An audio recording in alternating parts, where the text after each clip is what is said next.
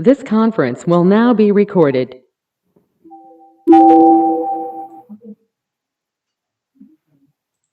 Okay, you're all set. Okay, you're all set.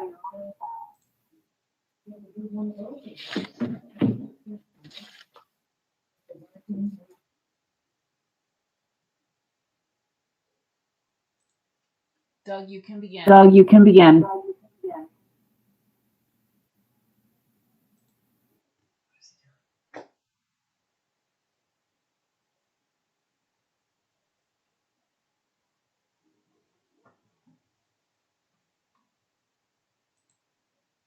Doug, Doug,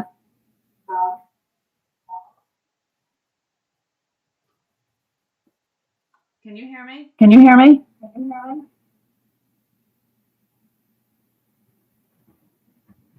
Doug, your list is saying you can begin.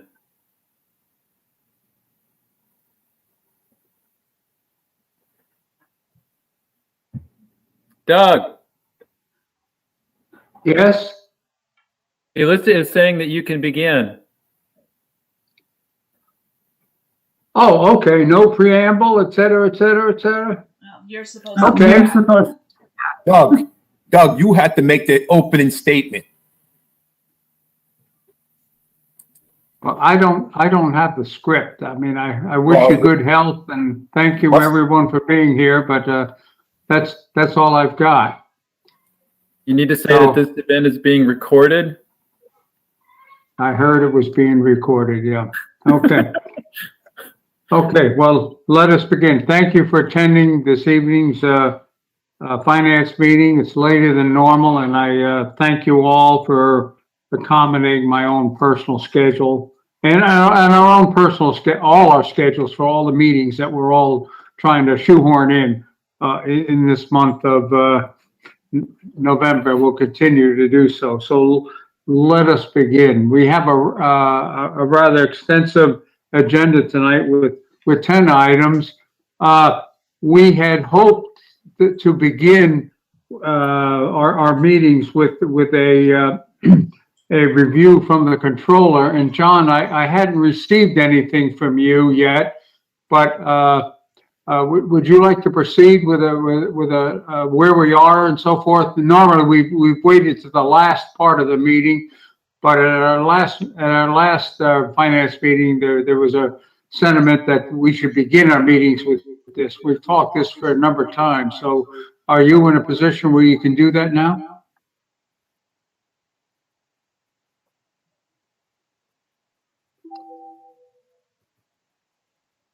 Hi, Doug. Sorry, I will. I've been traveling all day. I will send that update as soon as this financial update is over. I'll send you an email. Can you hear? Can everyone hear me? Okay. My computer's telling me there could be some network issues. Okay. First off, I just wanted to go through the COVID financial impact. The major news is that the sales tax is continuing to perform well. At this point, our sales tax on a year-to-date basis is only 2.86% down over the prior year. We continually improve in that area. Year-to-date, we're down $318,000 in sales tax. I'm projecting a $546,000 decline for the year. That's based upon the weighted average of two of my projections. So overall, once again, sales tax is better than it was the prior month, which is better than the prior month, which is better than the month before that. So sales tax continues to improve. Regarding the New York State revenue sharing, I did take a look at the New York State second quarter update. There's no news in terms of anything beyond the 20% cut, but it certainly appears at this time that we will have a 20% reduction in our December state aid payment. There's no talk of anything further beyond that. What we still don't know at this point is whether or not that reduction becomes permanent or a portion of that becomes permanent. And the language that I read on the state website referenced what happens at the federal level could impact this. So just to make everyone aware. In terms of everything else, pretty standard. I made some small adjustments. Once again, I'll send this report out to you.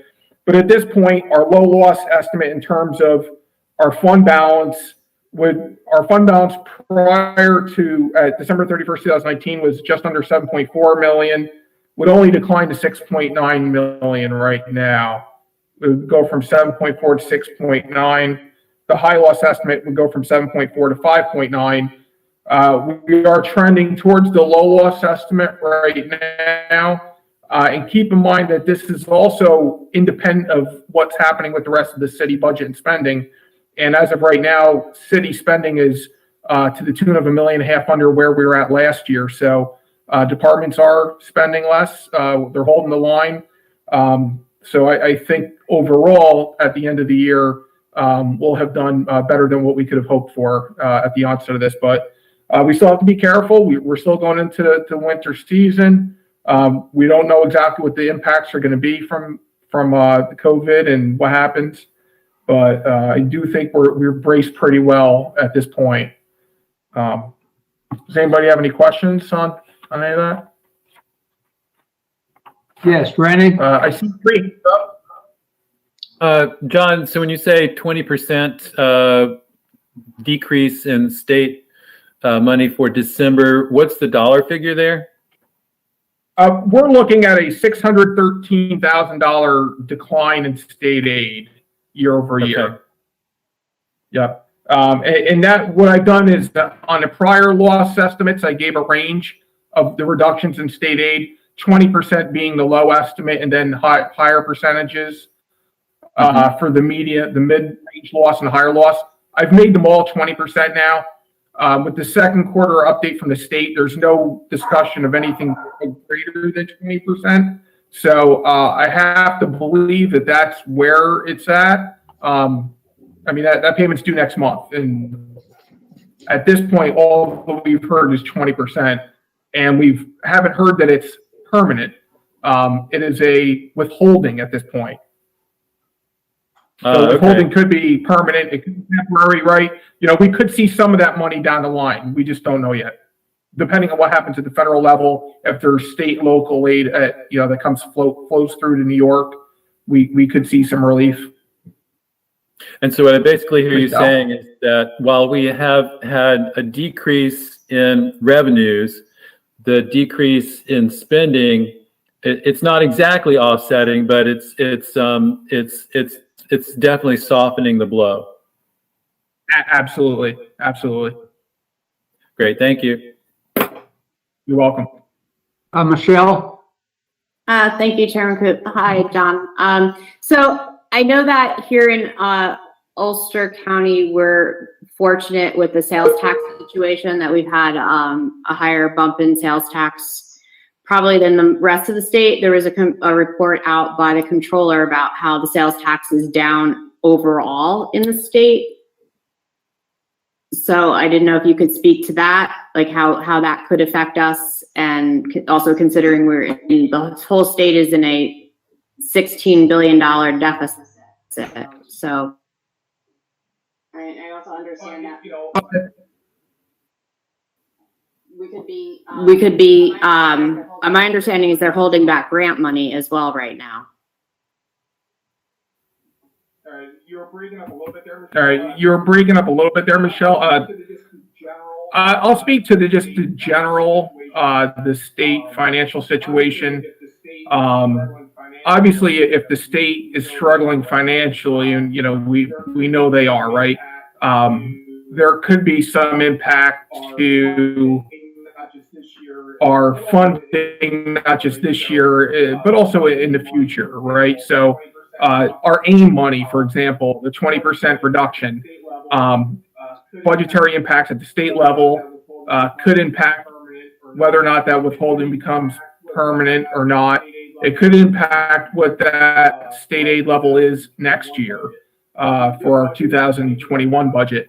We did budget a 20% reduction as part of that budget. I can tell you some municipalities didn't do that. The city of Kingston, the mayor did put in a 20% reduction out of abundance of caution. But certainly state financial issues could cause adjustments in the AIM funding. It could affect grant funding at some point. I'm not aware of any specific issues with the city of Kingston in terms of grants that have been affected. But I would expect that, there could be some slowdowns if the financial situation at the state level continues. All right. And then I know that, so you mentioned like going forward next year, and this isn't a budget meeting, but if at some point we can discuss the report that was made about the county overestimating sales tax. And I'm just wondering if we are in alignment with that or we were more conservative. Overestimating sales tax for next year? Yes, the county was. Our budget is in line with the county. I don't know that I would call it an overestimate. It's certainly a reduction year over year. In all likelihood, if we were to continue right now, our budget for next year would be pretty close to what we actually realized this year. So, we've been through 9 months of the pandemic. I can't imagine that if we missed the mark in sales tax next year, we'd miss it by much, unless this pandemic gets much worse than what it's currently at. So, obviously, I can't predict that. But if things were turned entirely upside down with the budget next year, you'd have to make some mid-year adjustments again, as we did this year. Right. My concern is that currently the county executive yesterday was saying that our COVID numbers put us back at the beginning of May. So I just want that to be a concern for all of us as we move forward. We don't know what to predict, but we seem to be going backwards in time, right? And all of the decisions that we had to make March, April, May. So. It's a good point, Michelle, and I think at this point, fluid. We put cuts in place early in the pandemic last year, or within a few months into the pandemic. Things improved, and that phase 3 of cuts never happened. I think we have to be mindful of what could happen with the pandemic going forward, and then be willing to make adjustments as needed. If the financial situation worsens again. Okay, John, thank you. Okay, Tony Davis had a comment. Tony Davis here, John. And in regard to the contingency fund, where's it stand at right now? The contingency is currently at $944,000. $944,000? Not 944 for 2020, and 944. Thank you. Steve Shabbat. You're welcome. Thanks, John. Just what I think the last couple of meetings we've had, the parking revenues have been creeping up. I would think if the sales tax is going up, our parking revenue probably is. How's that doing? Or has it kind of leveled off?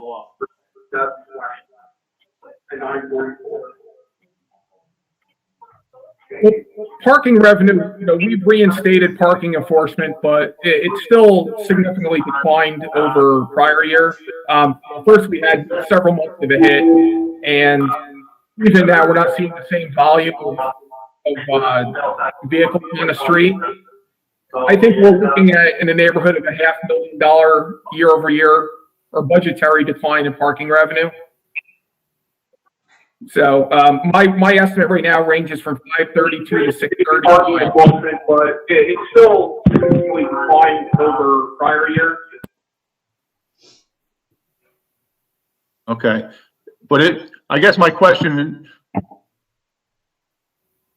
is it still increasing a little bit, or is it kind of leveling off? The parking revenue, I don't really see much of an Yeah. adjustment in it right now. You know, we've only been enforcing again in a lot since Columbus Day, so it's really hard to tell you what, you know, if there's been much of a pickup there. But certainly on the streets, it's still somewhat slow. You know, but once again, on Yeah, I would imagine. Yeah. for the 2021 budget, we also projected on the 2021 budget, we projected a decline in revenue as well. Okay. Can everyone All right, hear me? Thanks, John. Yeah, you're breaking up a little, but I can hear you. Yeah, we can hear you, John. Okay. More or less, mostly more.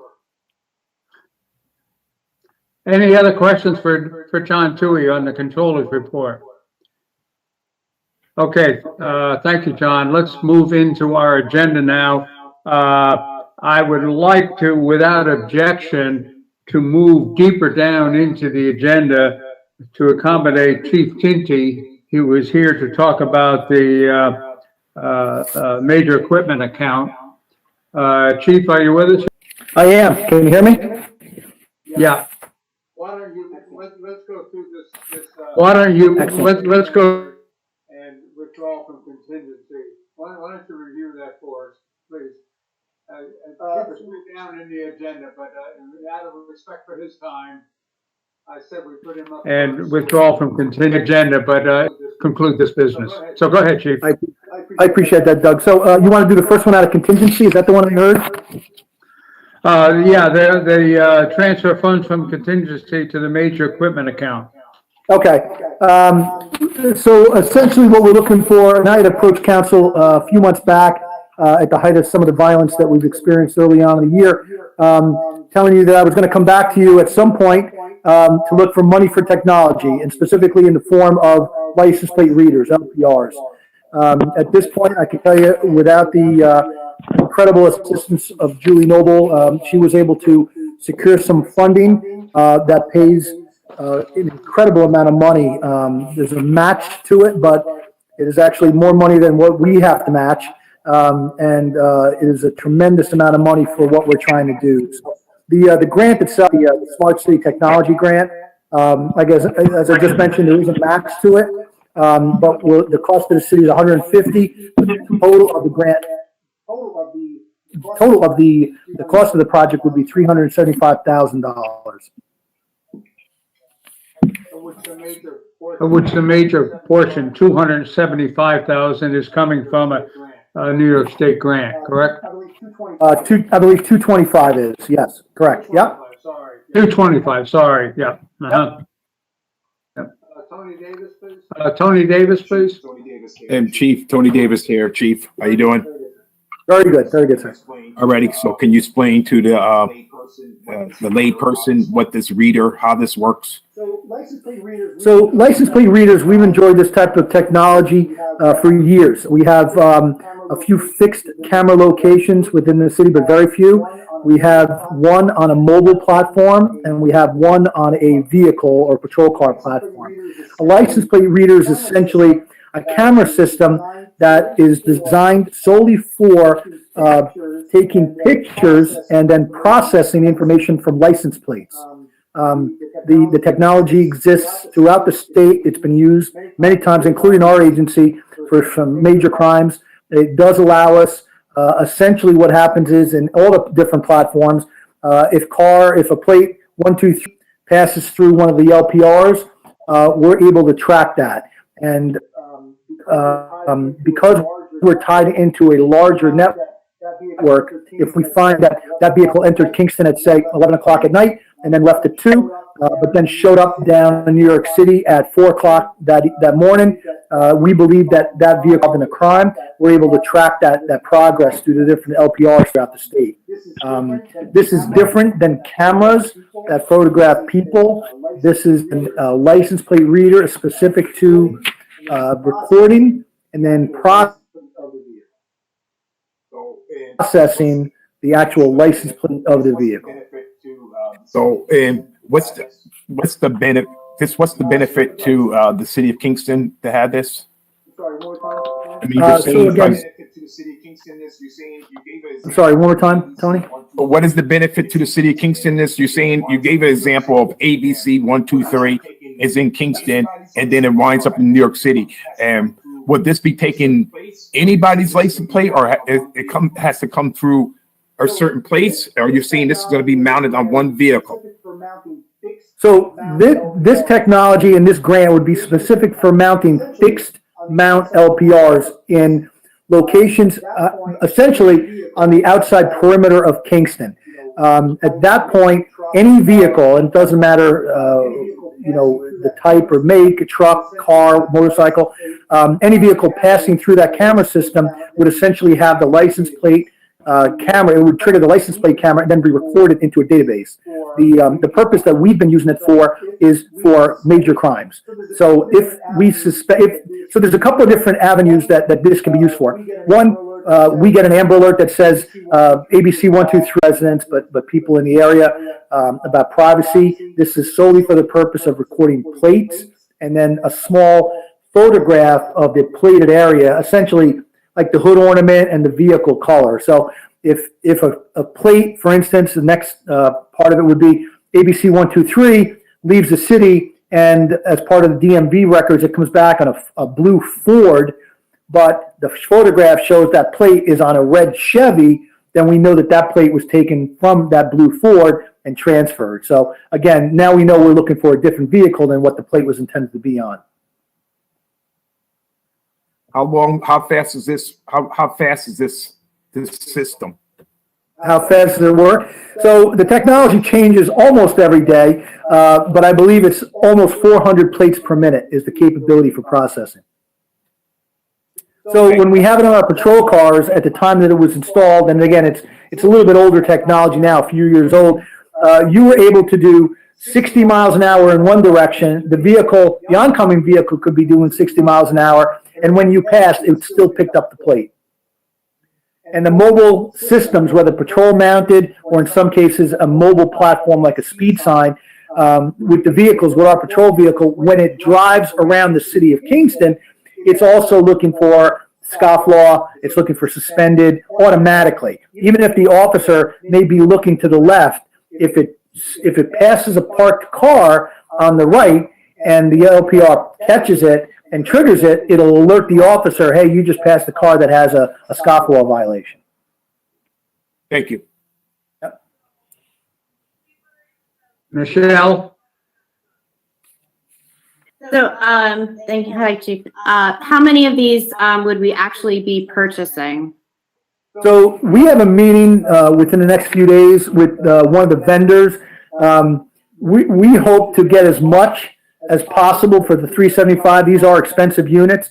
I couldn't tell you offhand what we're looking for because there are add-ons like supporting software, tie-ins to other agencies.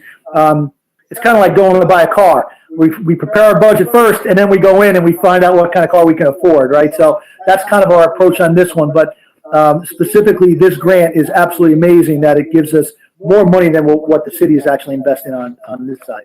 Right. So would we have to go through a purchasing process or a bid process or anything when you decide?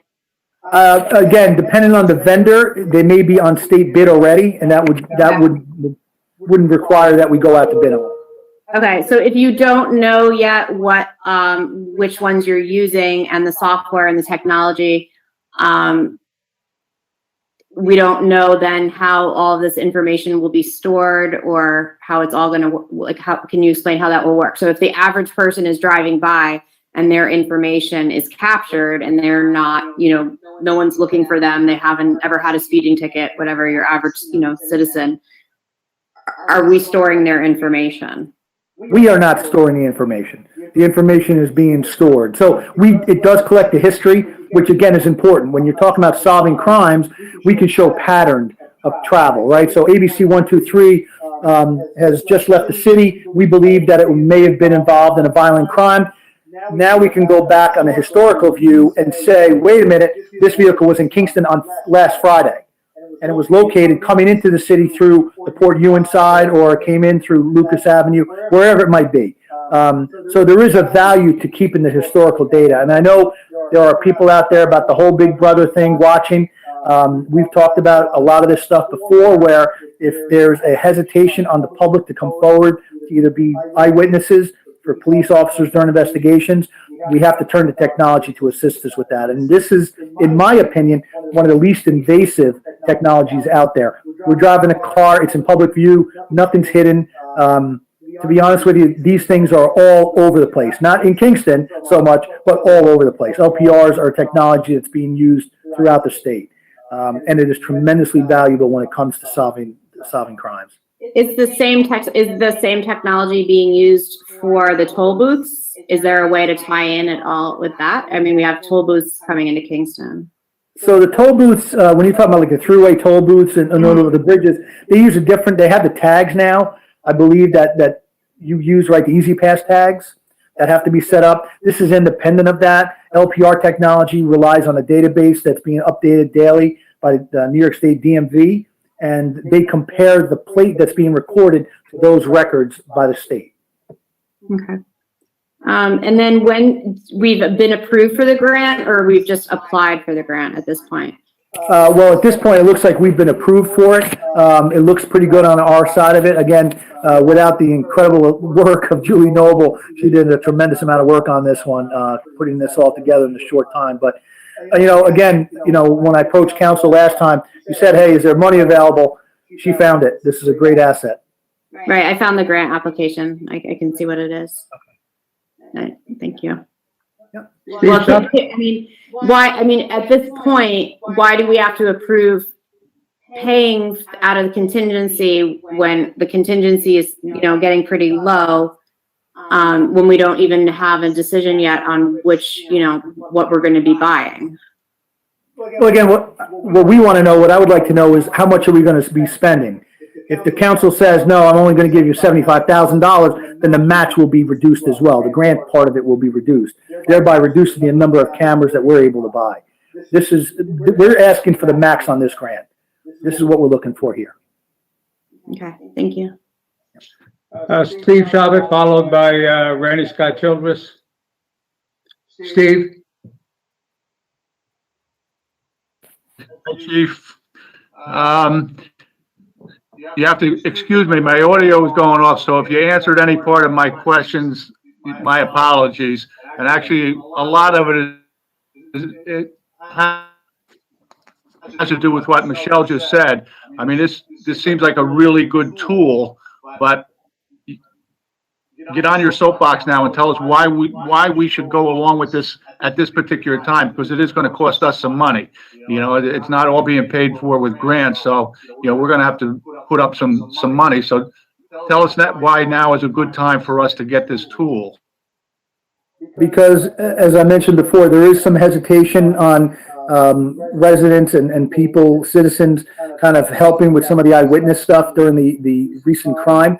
LPR technology doesn't rely on any of that. We can do our homework just based on technology. The more the merrier. Obviously, there's areas in Kingston that are not coverable through LPRs. We're trying to close down some of those areas with this grant money. This allows law enforcement, not just Kingston, obviously, but to assist other agencies as well when crime occurs. And we've talked about this at both, the command staff level internally, and sometimes I believe recently at the council level that public safety has to be paramount, right? If people aren't going to feel safe going out shopping unless they know that the city streets are safe. I know all of you have received emails and calls when we had those shots fired, right? You all turned to me and said, we have to do something. This is it. This is part of that response. The reliance on the technology when some of the people do not feel comfortable coming out as eyewitnesses. Okay. I didn't want to put words in your mouth, but I was wondering if that was the impetus for this. Yes. Okay. Okay, Randy? Hi, Chief. So my first question is, asking for this number, when you say you're using the maximum amount, does that mean that every street coming into Kingston would be covered? Ideally, yeah, but unfortunately, as I mentioned before, there's just no way to know how much this is going to be costing us. It's not costing us, but how much we can get for this money. We're asking for the max. We're going to get as much of it as possible. If that results in 5 cameras, again, I'm not aware of the full cost of this because it involves so much other tie-in, right? The Ulster County has LPRs currently that we're tied into. Can we tie the new technology into the older technology, thereby saving some money that way? Does this require a new server base? Is the camera system different? How many, since the one question that always comes up is, how many lanes of traffic are we trying to cover? If it's just, an in and an out, inbound and outbound, single lane either side, then we can get away with 2 cameras. But now if we have Single lane either. that requires 2 and 2, maybe we can't cover that with just the 2 cameras. Maybe it's going to require at least 4 cameras, 1 per lane. So again, we have to examine, how much each camera system is, depending on the locations. Ideally, my opinion is to cover every location, and if this grant does it, great. But if not, then we'll have to prioritize which areas, which avenues we feel are the most important for us to collect that data on. My second set of questions has to do with the timeliness of this. How quickly do we have to act in order to receive the matching funds? I would say pretty quickly. I know that there has been a push on from the beginning of this one. I don't have that exact answer. I know that Julie worked hard on this grant. I know she's been on it to try to get this information put together quickly for us. The sooner the better. Every day we wait and I don't want to jinx us on it, another violent crime could occur, and we need the technology out there to assist us. So, as we've mentioned before, it's an investment. I get it, but this is a long-term investment. LPR technology is here to stay. Other jurisdictions have adopted it. We've adopted it. The sheriff's office has adopted it. Saugerties, I believe, has it. It is tried and true and has really helped law enforcement solve these crimes. I hear what you're saying. So the timeliness, though, as far as you're concerned, is more about the concern over the amount of crime that we've seen of late. Yes, yeah, I absolutely believe that for us, the sooner we get this in here, the better. It's like anything else.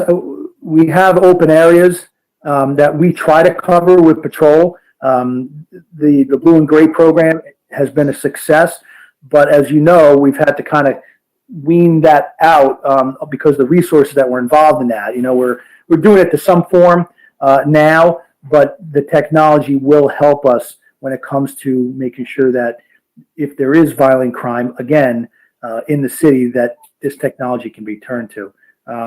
There has been some of the investigations have shown holes, and I don't want to go too much into it, but there has been some holes in the travel locations. We're aware of certain vehicles being involved in certain crimes, and then we lose them. And then they turn up somewhere else that had an LPR, and we go, wow, what happened in between these 4 hours? Where'd they go? And again, I understand some concerns are the big brother. In my opinion, and again, I understand that this council is concerned about the finances of the city, especially with COVID and everything else. But we're looking at $150,000 investment for $375,000 worth of equipment and vital equipment for public safety. Yeah, I'm not concerned about the big brother aspect because my understanding is that everybody's license plate number is in fact on the books in New York State. Somebody has that information, right? So but then I'm wondering, do you have a sense? I realize you haven't picked a specific system yet, but do you have a sense of what the lifetime is of one of these? Because I'm thinking, $150,000. We've talked about the question of manpower, person power in your department. I know $150,000. That'd be 1 year of a policeman's salary, policewoman's salary, and a little bit extra. So I'm just trying to figure out if we, how this would match up with another kind of investment for the police department. So for us, we've had LPRs. I want to say back in 2008, we started using LPR technology in a patrol vehicle. It may have actually been before that. but right around that time frame. And we still have that technology in the patrol car. The cameras have been upgraded, the software has been upgraded, but just to give you an idea, we're looking at stuff that's still being used almost 10 years later. Mm-hmm. Okay. Thanks, Chief. Steve Shabbat? Yeah, hopefully the last question, Chief. And obviously you've done a lot of research here, and I'm presuming something like this is going to require a lot of software. Is this going to be a big yearly expense that we're looking at? We hope to find out exactly what the maintenance costs are involved right now with the LPRs we have. Right now, off the top of my head, it's close to $8,000 on maintenance costs for it. And again, software upgrades. The problem is it's insurance, right? If we don't have maintenance costs and one of the cameras goes down, we could potentially be looking at thousands of dollars for one camera. Because these are fixed mount that we're looking for, there are additional costs beyond just putting it into a patrol car or moving it from one car to the other. Pole location, access to electrical, making sure that we have locations that can transmit the data without interruption. This is 24/7, 365 technology. So to keep that up and running, as you can see here, just a phone call using the internet sometimes gets glitchy, right? So we got to make sure that stays in place. And sometimes it does come with a cost. We'll have all that information once we have the meeting. Michelle? Sorry, I have two more questions. So at this time, the City of Kingston Police Department has access to the APR database? That's correct, yes. Okay. And are warrants connected to plates? Like, so if there is an outstanding warrant for someone and they do have a registered car or a plate, like, is that something that could get picked up? Well, ideally what happens is the plate will come up as either suspended for, lack of insurance or registration issues. From my knowledge right now, there is nothing that connects a vehicle to an outstanding warrant. Okay. And then do we have, does the Kingston Police Department have a policy to prevent anyone from looking up anyone's information, or just like say they just want to look somebody up, not necessarily somebody that's wanted for a crime or so alert for? There's a number of policies in place specific to, let's face it, we have access to a tremendous number of databases, federal, state, local, right, countywide. So yes, we have to have in place guidelines. Officers have to pass the test every year or every 2 years to make sure that they understand that, the screen can't be left on. They can't access it for personal reasons. DMV records require a different level of access. So yeah, all that is in place. Obviously, the privacy concerns are there, and they are addressed in our policies. Okay, because I'm just, I'm concerned about people using it to stalk or, find out what their girlfriend is doing or, various. Using it to stalk? Yeah, various. Okay, I don't know if any times that's happened, but not in Kingston. Well, yeah, I'm not saying it's happened in Kingston, but there's just potential for abuse, and I just want to make sure that that's not, being done. So. Yeah, no, we have policy. Okay, thank you. Tony Davis? And Chief, Tony Davis here, Chief.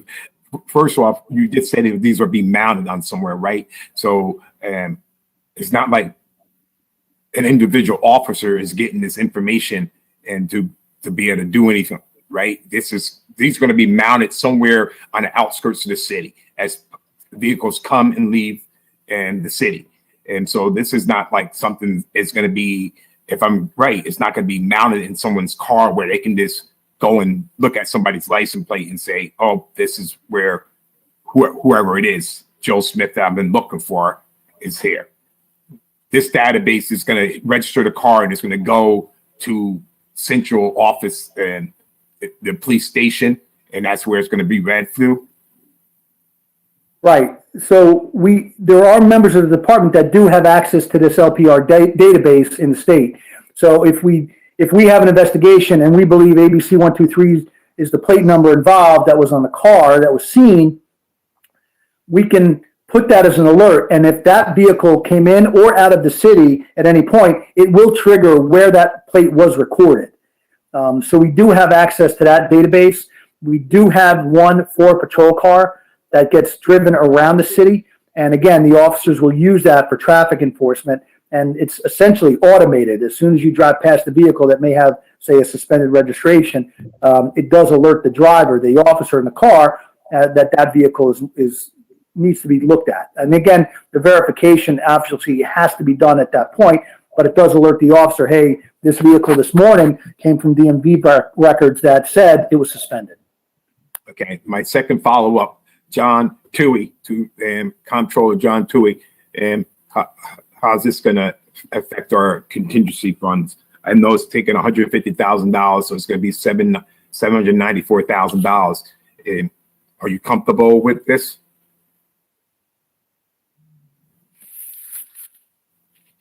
And what the fund balance is going to be? I mean, from a standpoint, I'm comfortable with that we're not going to deplete our contingency balance before the end of the year. Obviously, there is a financial impact. These are, decisions council has to make. The question came to me was how do we wish to fund it, whether it's contingency or bonding. They were both valid options. I was with this dollar value and the nature of the equipment, I was a little more comfortable going to the contingency rather than bonding. Just it's a delicate balance of trying to maintain, our overall debt structure. And so I think contingency was the preferable option this time, but, it is $150,000. That's a decision, the council has to make. So if we were to bond it instead, what would be the pros and cons of that? The pro is that, you're keeping $150,000 of cash in the bank. You're spreading the cost out over a number of years. The con is simply that you're just adding to the debt that the city's taking on.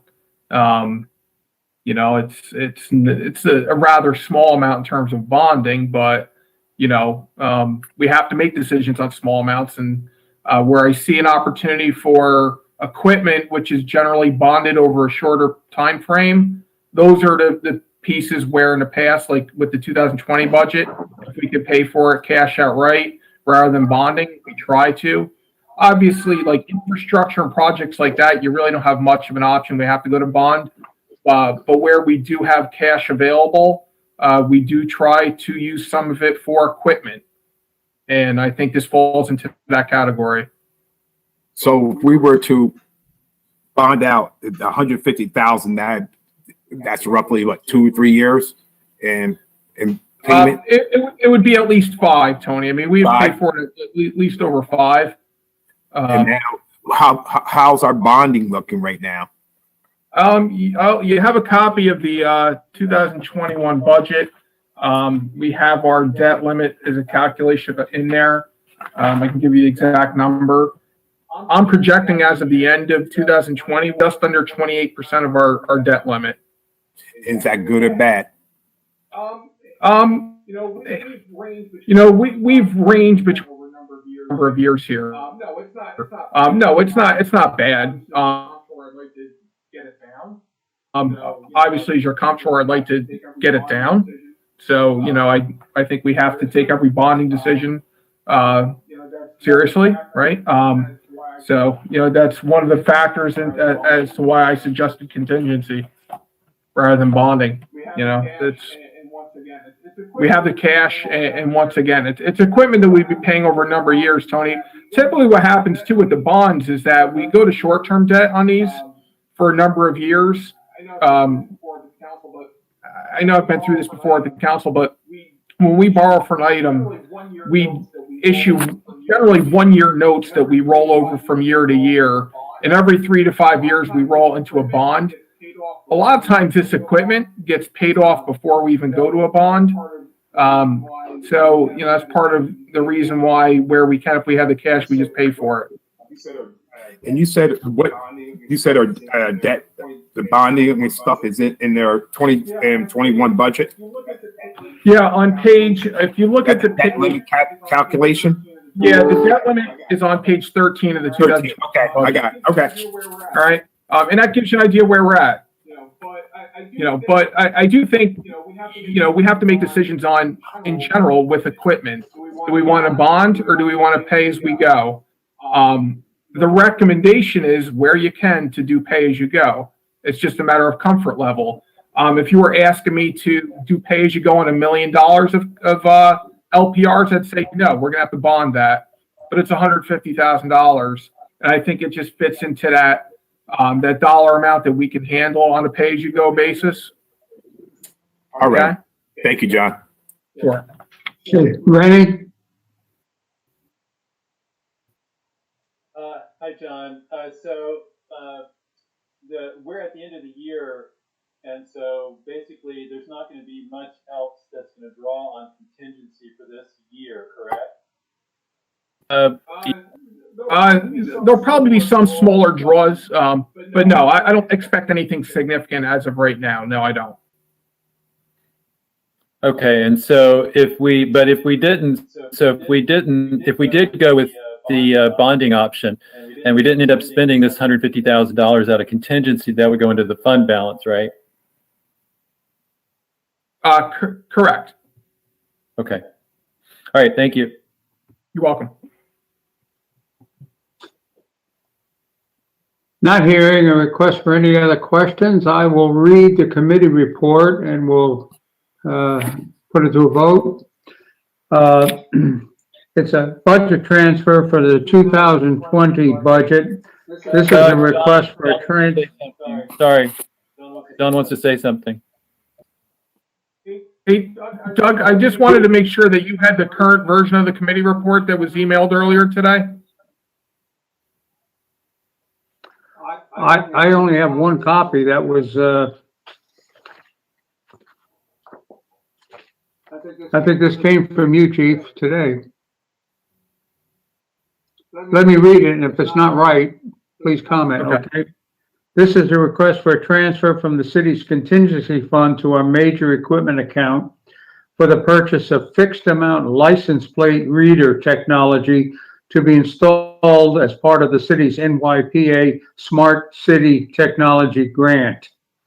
This is a match grant, and more than half of the project will be funded by the grant. The total cost of this project is $375,000. The cost of the city will be $150,000. This project will greatly improve the police department's investigative data collecting ability. This funding will be used to significantly expand our current LPR program. LPR is a system of cameras supporting software and server engines that capture license plate information and instantly compares plate numbers to a database of wanted criminals, persons of interest, stolen motor vehicles, and missing persons, such as Amber and Silver Alerts. So the estimated financial impact is $150,000. Is there a motion? Steve Shabbat, the second. Rennie Scott Childress. All in favor, please signify. Doug, you have John Tui's hand up. Yes, John John. has a question. Mike, John. Doug, I just want to confirm what your budget modification says. My budget modification shows $150,000 coming out of contingency, $225,000 from the grant, New York State grant, and $375,000 in major equipment. That's right. Okay. That's right. That's the one that came through today. Yes. Yeah, that's correct. Okay, motion has been made by Steve Shabbat, seconded by Rennie Scott Childress. I now ask for a vote. All in favor? I now ask for a vote. All in favor? 2, 4, opposed? Okay, Okay, the vote is 4, the vote 4 to 1 in favor. vote is 4 to 1 in favor. Chief, while we're here. Okay, thank you, Chief. Chief, while we're here, there's one other item for you on the agenda. This is the Internal transfer to the. internal transfer to the, let's see, Internal transfer budgets to balance account. internal transfer budgets to balance accounts, taking $25,000 out of crossing guards and going into 6 other accounts totaling $27,000. No financial impact. Yes, Tony. Are there any questions on this? Yes, Tony Davis. So Chief, so it's 20, you're taking out 20,000 of the crossing guards to balance off some other accounts. But I believe in the 2021 budget, and you have an amount in there for crossing guards again.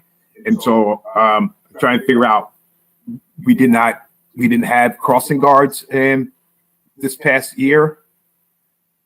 Now, without the schools in session, no. With the COVID, that left that account larger than normal as far as a balance. All right, so there is no crossing guards utilized or anything like that. Correct. And so that next year you're anticipating school being back normal, and that's why you put money back into the balance or to the account. The budget right now being utilized or anything like that. Correct. And so that your next. Okay, the internal budget transfers to balance account, no financial. Next year, you're okay. Motion. Rennie? And a second, Steve Shavit. All in favor? 1, 2, 3. Tony, I didn't see. Okay, the vote is 5 to 0. Thank you, Chief. I would just comment on the last vote on the LPR. The vote was 4 to 1. The dissenting vote was from for the people attending the meeting. I'm not sure if I announced who that was. The dissenting vote was from Alderman Michelle Hirsch. Okay, thank you, Chief. I appreciate it. Thank you very much. Okay, let's move on to item number 1 in the agenda, which goes back to the zoning RFP that Don Tallerman has brought back for us discussion. It was tabled at the March meeting, I believe, Don, and with us here is Anthony Tampone. Don, do you want to make any opening comments? Rennie? Point of order here. An item that's tabled, if it's not acted on in 2 months, is no longer on the agenda. So this has to be a new agenda item. Dan Gardenstein is on the phone, is on the call. Dan, you want to? I just want to make it clear that it's a new agenda item. It's not, we're not taking it off the table. However you treat it, Robert's rules were not followed back in March and April when the matter was originally addressed. If you want to call it a new item, if you want to call it a untabling of an old item, really makes no difference. The only issue at this point is whether or not there is a consensus amongst the council to move the process forward.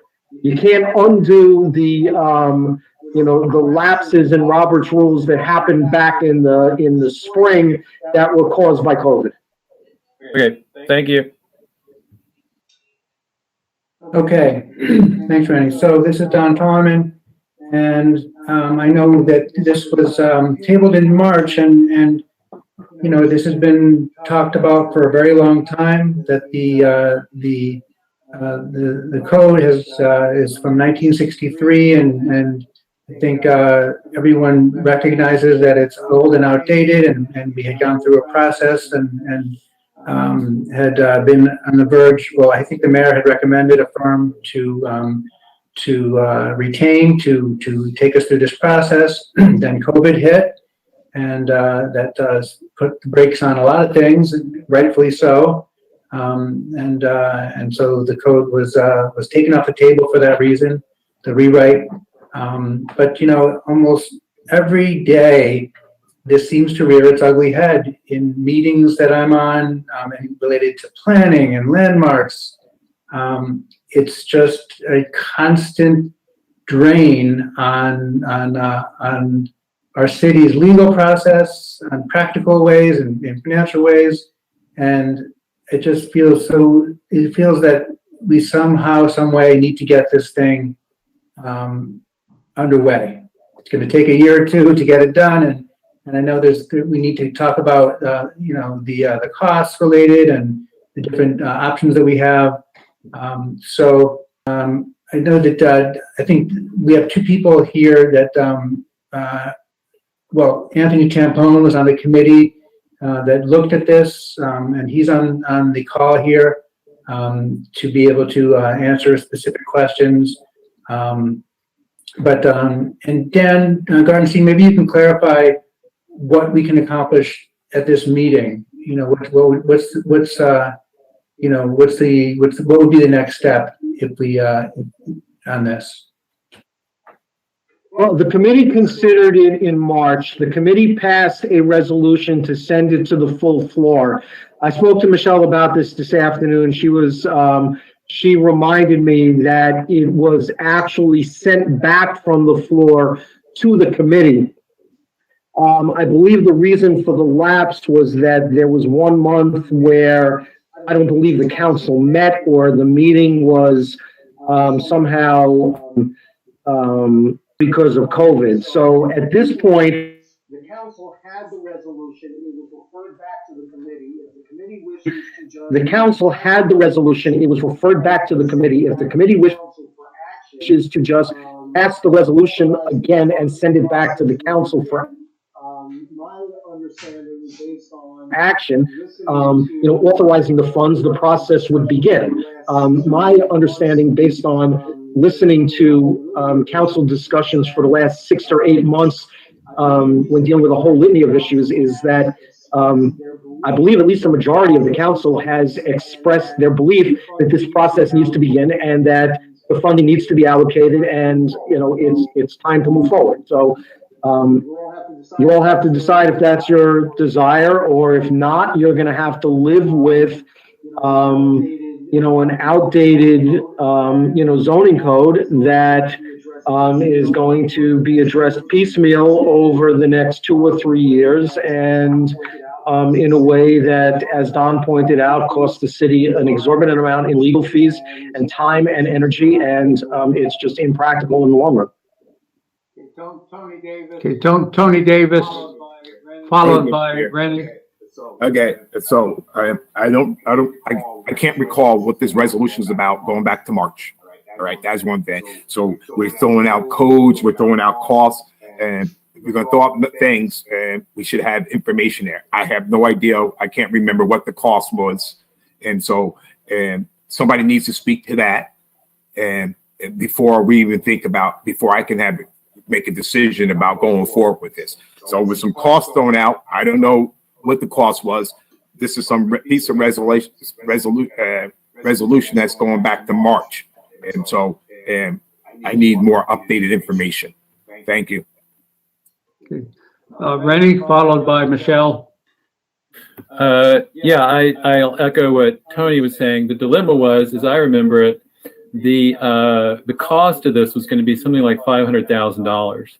And the reason that it got derailed to a great extent was we went into the COVID crisis, and that seemed like a very large amount of money. It also seemed like a large amount of money for what we were getting. And so I wonder if Anthony could enlighten us as to why we wouldn't go with a cheaper option. Some people I talked to said, other cities already have a form-based code. Would it be possible just to, in a sense, adopt another city's version of this? So we don't know what all is involved in adopting a zoning code like this, and why it would cost $500,000. You want to respond, please? Sure. So one of the things about the concept of form-based code and what we're trying to do is it's specific to each individual municipality. So the form is created by a study of the existing architecture and designs of the city, how it exists right now. So kind of by definition, you couldn't adopt another municipality's zoning, as far as like a form-based code type of design. It's the whole point of the process is understanding the communities as they exist, understand the city and the community as a whole wants those communities to look like going forward, from both use and a physical appearance point of view.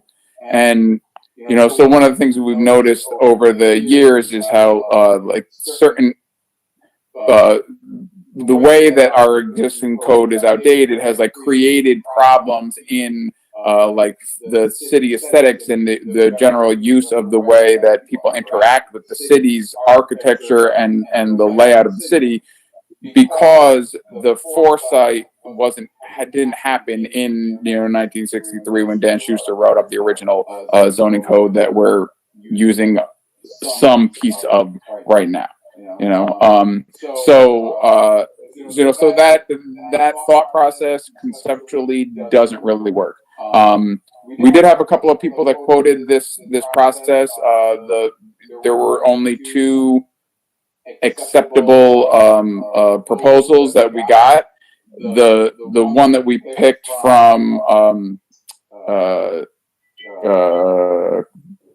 Cooper. Nope. Man, I just blanked on the name. I don't have the paperwork in front of me of the consultant that we decided to choose. But their ability for what they could do for the city and for our community was significantly better than what the second opportunity was, for not that much more money. They were going to provide the city with a much more in-depth analysis, and what they were able to do as far as community outreach was far superior. And I think unanimous opinion on everybody that was on our team that was evaluating this. Well worth a small amount of money. And you're talking about a very long-term investment. If we do this job very, very well, then hopefully no one's going to have to look at this for another 50 years. Shape and feel and everything that happens with the way that the city grows over the next 50, 60, 70 years is going to rely on the work that we're doing right now. I believe Michelle was next, and follow up with that. Yes. Okay. Follow up. Yes, Rennie, please.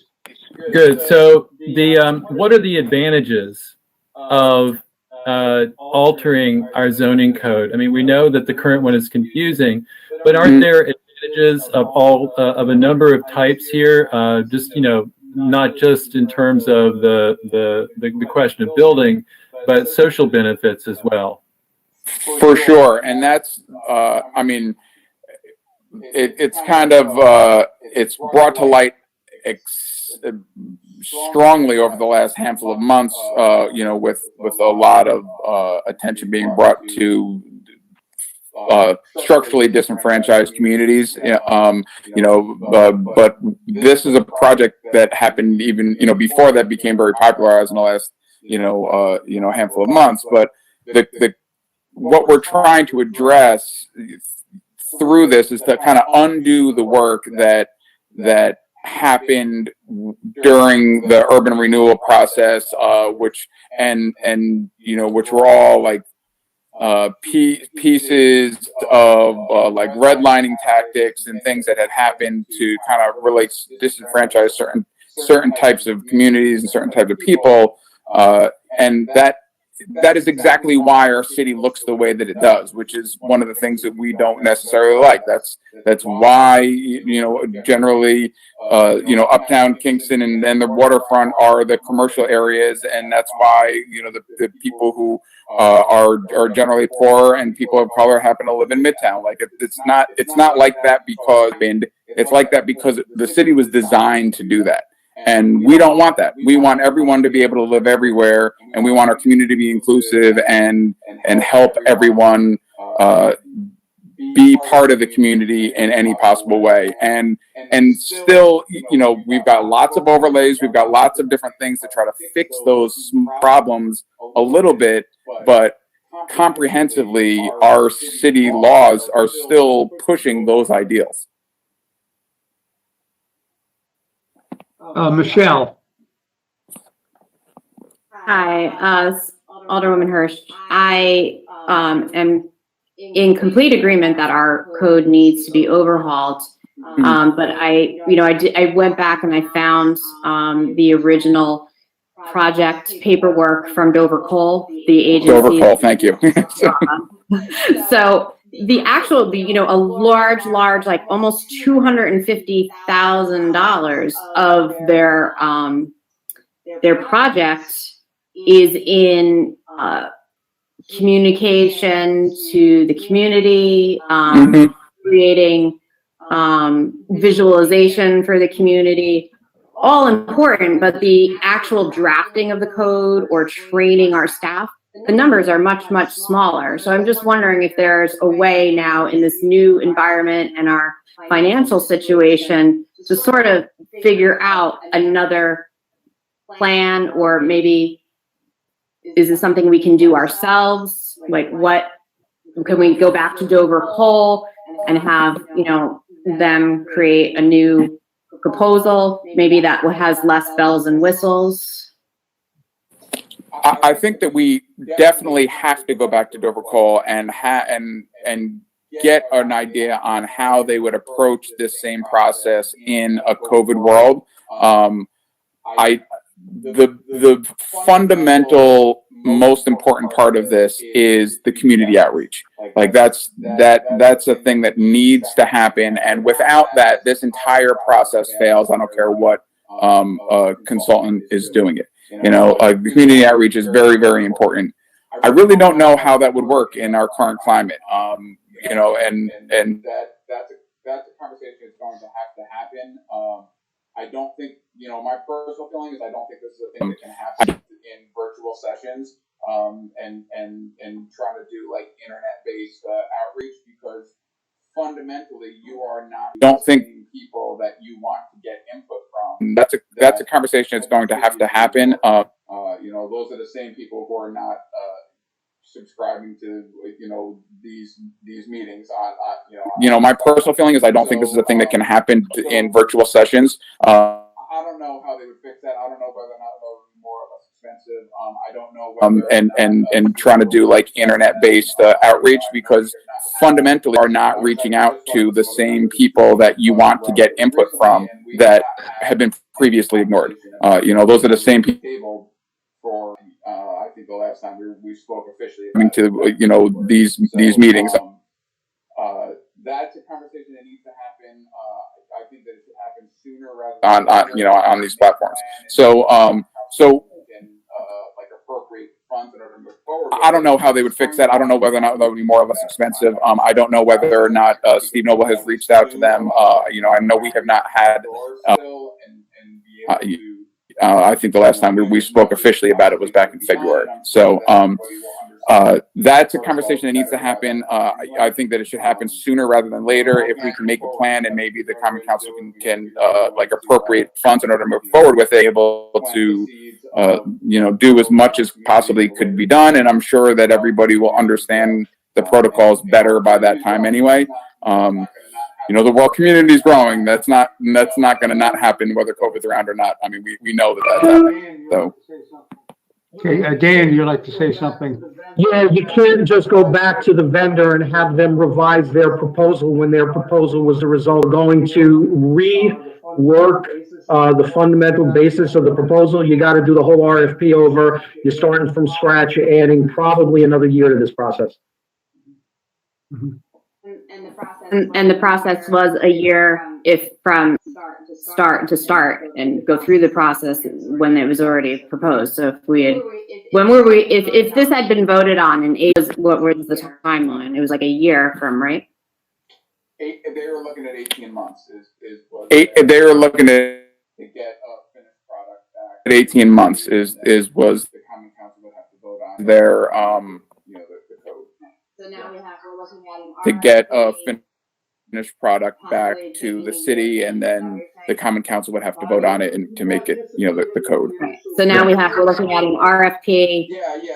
Possibly taking a year, Dan, is that what you're saying? Anthony, you participated in the initial bid review, as I recall?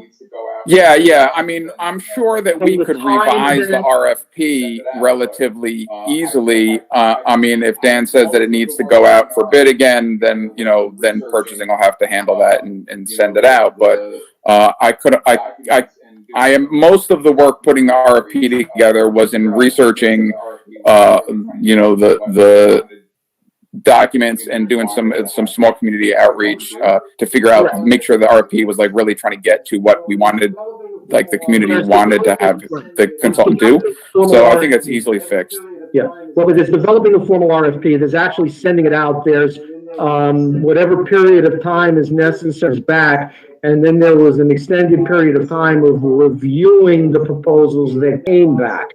So from the beginning of that process till the time when an actual recommendation was made on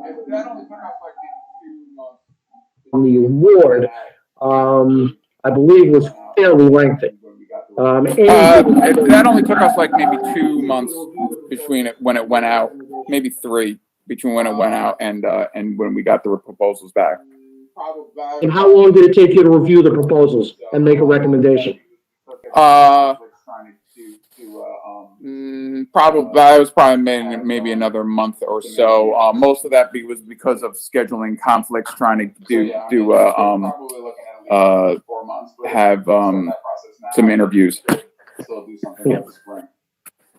So yeah, I mean, you're probably looking at least maybe 4 months. But if we could start that process now, maybe we could still do something by the spring.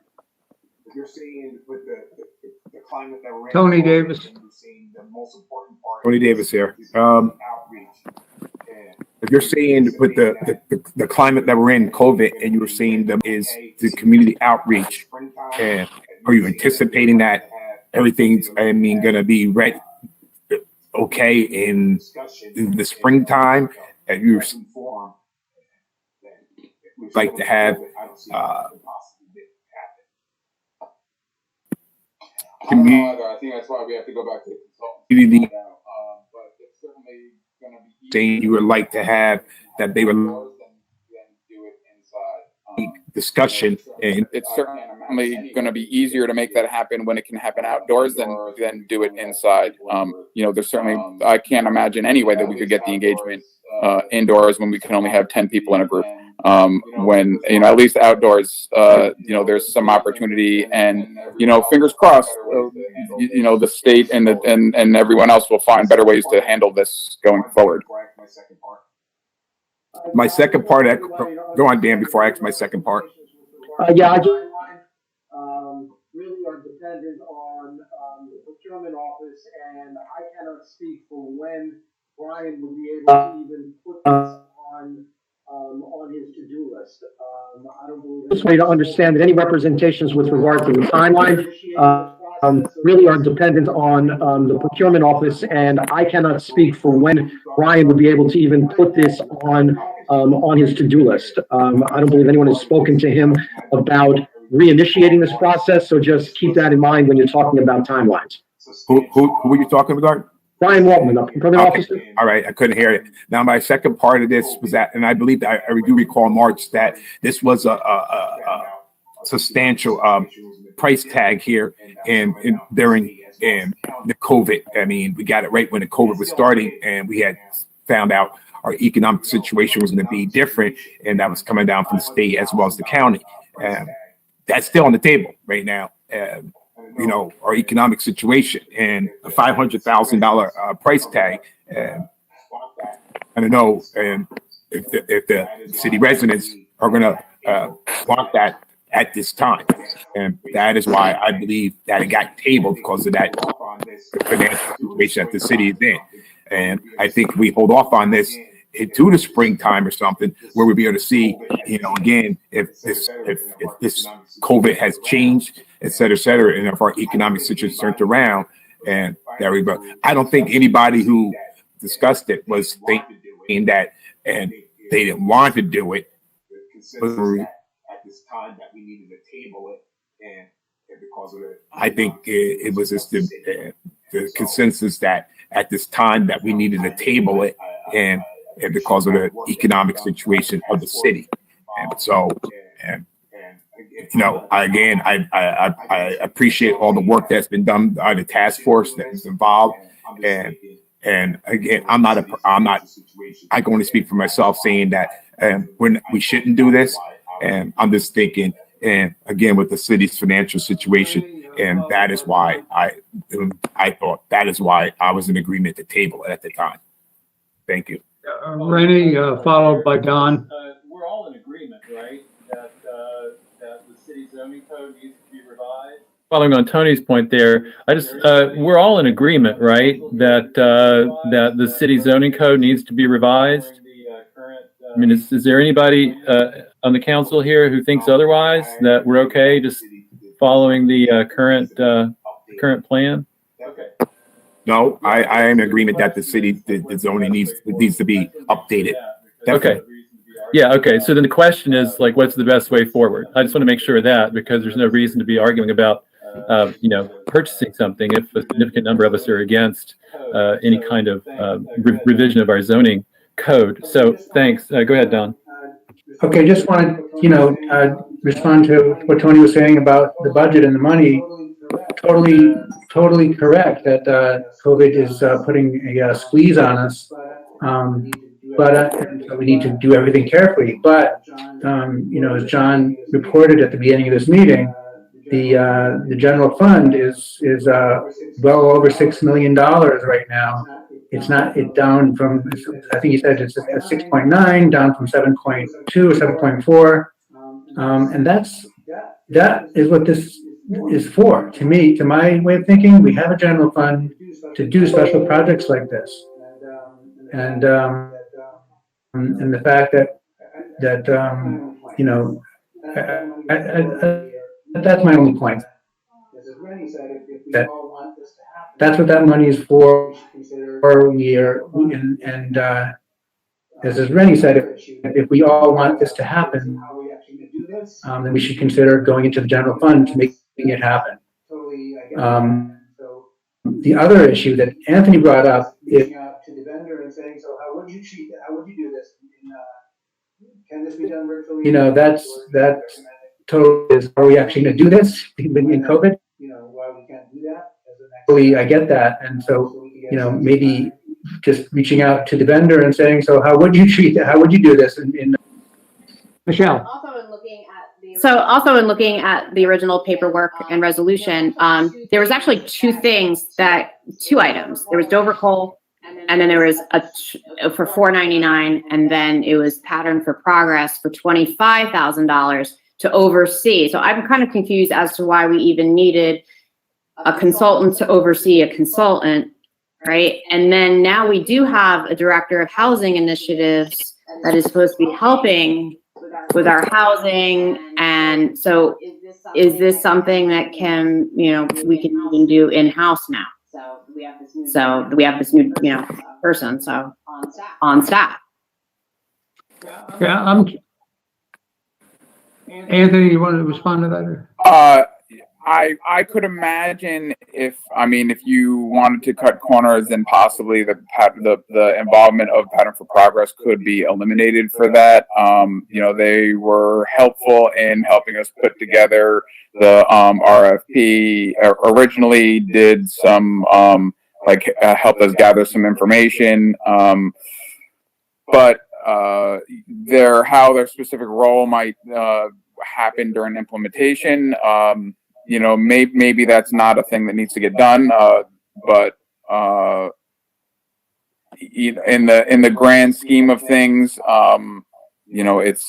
that's a relatively small item on an otherwise large ticket. In the current budgetary climate, $25,000 Yeah. when we're talking about housing is not a small item that can, house a family. It can do a lot of things. It can pay for somebody's job. It's not a small ticket. We answer to taxpayers. That's not a small amount. So we just all need to be cognizant of the financial situation that we are in right now. So we agree it needs to be done and we need to be looked at, but it seems like we have to go to a new RFP anyway. So I just think that we just need to be really careful. Well, to that, I'd ask, Dan, whether or not if the proposal is not fundamentally changed and just the way that they do the outreach is different, if the number is still the same, does it have to go back out to RFP? I think the critical issue is, like you just said, whether or not there is a fundamental change in their proposals such that the other vendors would be prejudiced by, us unilaterally making changes. So if it really is just a matter of how the outreach is going to be done, given limitations that are presented by COVID, no, I don't believe that you need to rebid the entire project. If you're talking about, a reduction in the dollar amount or a significant change in the services that are going to be provided, then yes, I would say it has to go back out for another round of RFPs. Randy? Has anybody actually been in touch with Dover Coal to see what their availability is still, their interest in the project? Do we know anything about their capacities in this particular environment? Not to my knowledge, and last time I sent an email to Steve Noble to follow up on it, I got no response. Okay, I'm trying to get a sense of where we are on this. We're kicking this can around quite a bit, and I'd like to get some closure on this or some direction. On the one hand, Don, I don't know if you're asking that we bring it on one hand, bring it to a vote tonight. Then I hear about going out for an RFP. I'm not sure where we want to go on this. I would, I would request that we make a step forward, such as someone, maybe it's Steve Noble, contact the vendor and ask what Reddy was mentioning about their availability and their thoughts on doing this during COVID. And at least we're going to have some conversation, and this will begin to, we can revisit this next month and not make a decision today to vote for anything for or against, but rather just to ask questions. So we're getting more information. I'm going to jump to Dan Gartenstein, followed by Steve Shabbat. Before you contact the vendor and ask them whether or not they are still able to perform according to the bid they submitted, there needs to be a consensus amongst the council that you are willing to go forward with this if they can. You can't go back to the vendor and say, can you perform according to your bid? We're just checking. And say, can you perform according to your bid? We're just checking. They have submitted the bid. Before is made to them, there needs to be some. And then we'll decide whether or not we are willing. The council is willing to spend the $500,000, or whether you are looking to cancel the whole process and start it again. But Dan, we need more information. And why can't someone just have a casual conversation with the company to say, hey, you guys feel interested? We need to have some more information before we make a motion to move forward with that spend. Because this is a formal, bidding process that is, that other vendors have an opportunity to bid on as well. And informal discussions with regard to changes or modifications are, very problematic. Not asking for changes and modifications, just say, do you still have it previously? Steve, Tommy. Yeah, thanks. I guess what kind of I want to say here, my comment, I've heard from several people that we talk to these folks, and not necessarily that they're not going to change their proposal or anything like that, but perhaps we could get an answer from them. And I got to admit, when somebody said, April or something, that seems like a long way off, but it's really not. It's going to be here before we know it. These folks might say, hey, it's not even feasible for another year before we can do public outreach to make this an effective thing. So, it might behoove us to talk to these people, not to change their RFP, but just to get an whether this should even move forward at this time until things clear up a little bit. I would hate to approve money,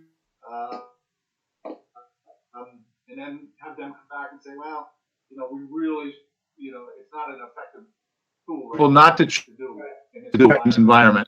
So somebody said perhaps the mayor could call or somebody talk to them, just to get an opinion of that. Tony? Change your. And I'm this, and adding what all the women Hirsch had stated before. If we can have and then that means that changes the RFP. That means they're not going to provide certain service. That means the ticket price is going to be lower. And so we would have to go back out, I feel, and get a new RFP. If we're going to say that we can have things done in-house, then the bid that they bidded on was bidding on doing that part of that thing that if we can get our in-house done, they bidded on that. So that means that changes the price tag. That changes what their requirements are. We would have to resubmit an RFP saying this is what we need now, and we would have to put it back out for bid. And that is what I believe Dan Garstein has stated. If we're going to change the RFP of any way, we have to go back out and get we have to go out and put it out there for bid again. And if we can have any part of this done, again, $25,000 in this economic times, it's a lot of money. And so if we can have that, if that part of it can be done in-house, then we need to create a new RFP, send it out to bid. We also got to make sure that a housing director can perform these duties. So we would have to reach out to that department and say, can you perform these duties? But I believe the way it looks is that we're going to change the total amount. We're going to change what's the requirements, and it needs to be a new RFP needs to be submitted. And if we do it now, like you said, as Anthony stated, that only took a couple of months to get that done. And so it would still bring it out to springtime, sometime in springtime, that we'd be able to go forward. Dan, ready? Dan? Dan wants to speak.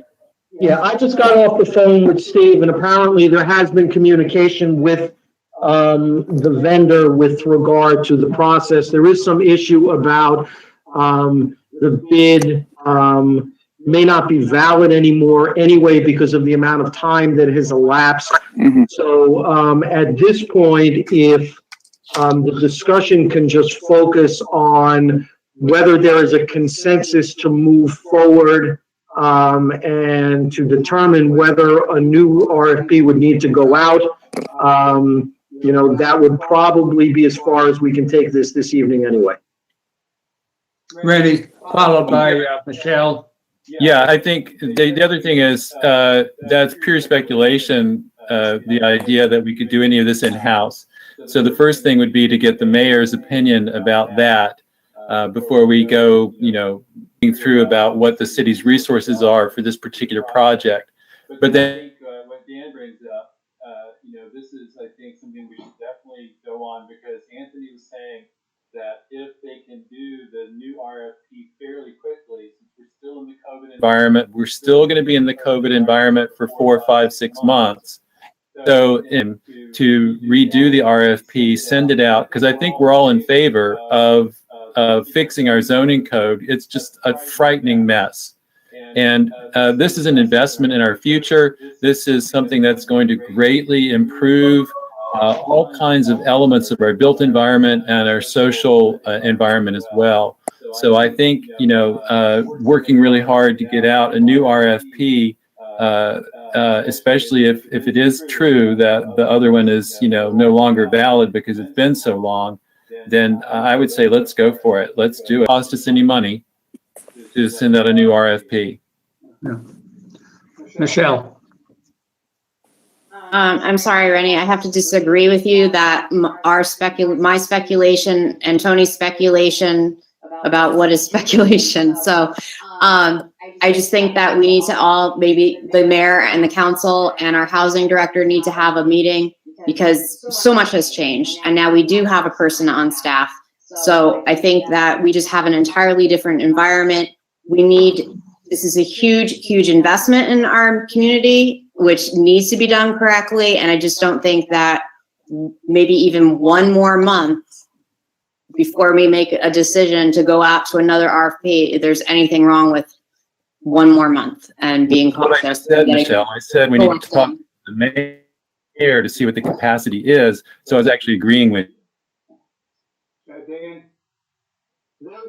In-house who was qualified to do this work. I can tell you that from personal experience. And it first of all, you all have to decide how much public engagement you want. And as Anthony was speaking about, the lion's share of this proposal is the public engagement. Okay, and we cannot do that in-house. Before the RFP is generated, there needs to be a consensus on what everyone wants that process to look like. As you're going to send the RFP out, and you're going to have the committee evaluating the responses, applying their standards instead of your standards, and then it's going to come back to you, and you're not necessarily going to agree. This is it's work that needs.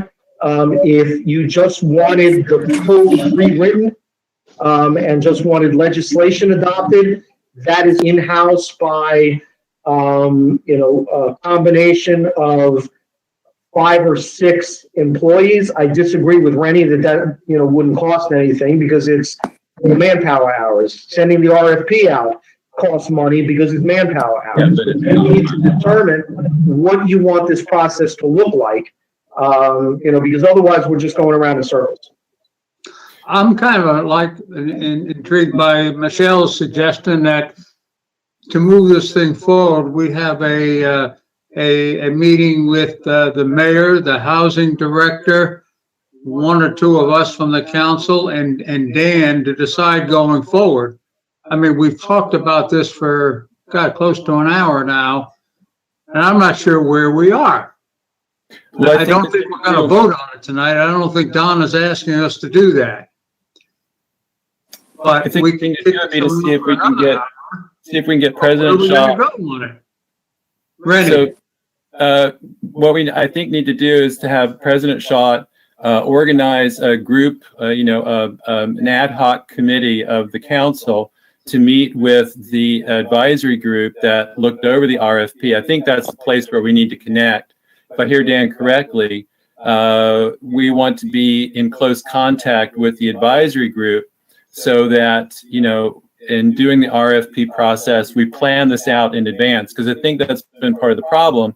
We haven't had adequate communication across the different involved stakeholders, even in the government here. So, if you've got the mayor there, you've got members of the advisory council, and you've got, an ad hoc committee. I mean, we could do the entire common council if we wanted to, but that raises some issues about, quorum and so forth. So, but if we had 3 members of the common council who were present, were taking part, that would then create, I think, the necessary communication. Michelle. wouldn't the ad hoc committee of the council be the housing committee? It's 3 members. Like that's an idea. Sure, that would make some sense. That's sounding to me like a solid suggestion as to where we go with this. You know, I'm trying to decide who I win. I'll take care of that if following on Michelle's suggestion. So as chair of that housing committee, I'll get in touch with the mayor, talk with Anthony and the other members of the advisory council. We'll loop in corporation council as need be and see what we can set up if everybody's okay with that. Yes, thank you. I'm okay with that. Thank you, Rennie. Thank you, Michelle. I'm okay with that. Thank you, Anthony. So again, we've gone around a circle, that is good. That is what's needed here. Even if it takes an hour and a half, it takes a half an hour. We want to make sure that we are speaking on behalf of our constituents in the city of Kingston. You know, sometimes that takes a lot of discussion and going back and forth. I mean, and yes, this has been in this conversation, but it was a good and productive conversation. And that's what's needed for us to make sure that we're doing whatever we can to finish. That's what needs to be done. So I appreciate Michelle, you suggesting that. Rennie, you bringing that up. And you guys will get in touch with the AdCop, Anthony, and some of his ad hoc committee. And then hopefully next month, we can have a more clear picture on this and we'll be able to make a better educated decision on this. Okay. Everyone okay with that? Got the note. Don, Anthony, thank you. And Rennie, thank you. Michelle, good suggestion. Thank you. Let's move on, okay? Good to meet you, Anthony. Hope we meet in person someday too. Yeah, Okay. for sure. Anthony, I didn't know what they were saying, Anthony. I didn't know if they were I referring. know Steve Knox has been waiting patiently. All right. Sorry, Steve, and thank you. Good night, you guys. Steve Knox, you still with us? I am. Yeah, okay. Steve, let's move to your item on the agenda. Let's see, that was item number 3. This was a budget transfer, conveyance of funds to meet payroll for additional work hours required for the city zoning officer. You want to mention anything on this? You're looking for 2 movements, one $890 and another for $2,500 from various accounts that end up having no financial impact. You want to just walk us through that quickly? Sure, that's correct. It's for a total of $3,390. Basically, we've had you all are aware of how busy the department is this year, and we've had to have our zoning officer come in more hours to deal with complaints and variance requests. So we're be able to, complete a payroll for that position for the balance of the year. Fortunately, we were able to, find some budget lines that we were able to take funds from.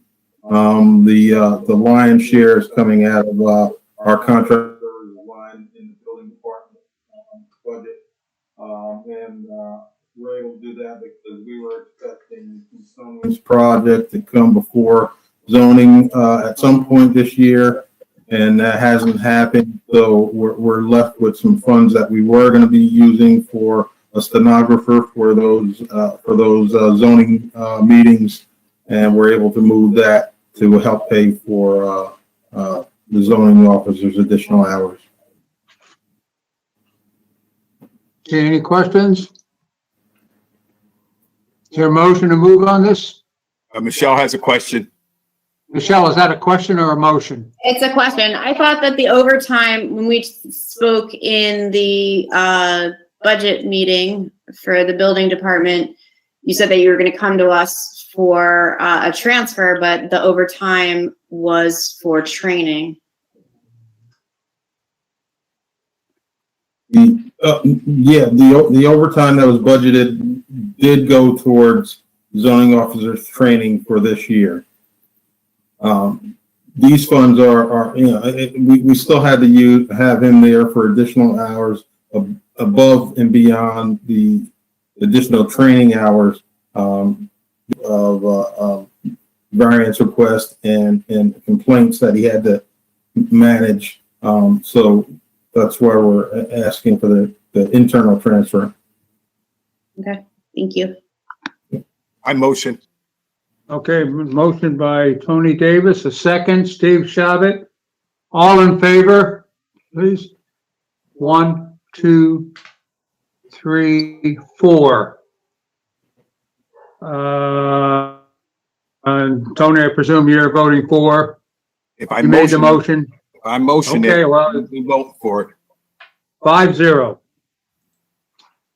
Okay, thank you. Thank you, Steve, for been a long week. Doug, I'm Doug, gonna I'm interrupt you Doug, for a minute. Okay, Doug, Doug, can you hear me? Lisa. It's Elisa. sorry? Can you hear me? Can you hear me? It's Elisa. Yeah.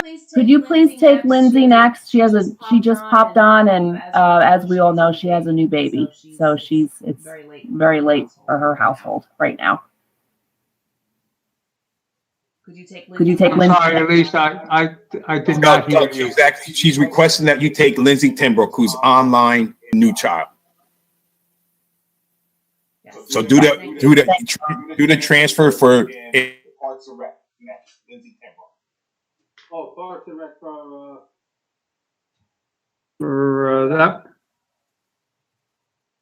That's which item? Which item you want to move to? The last item, Parks and Rec. The one that was sent back last night. Parks and Rec.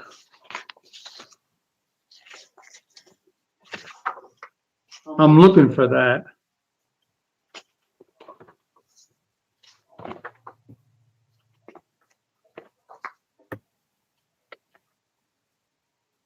Okay. Okay, I got it. This is a transfer of $32,910. Is that the one? Lindsay, can you speak to that, Lindsay?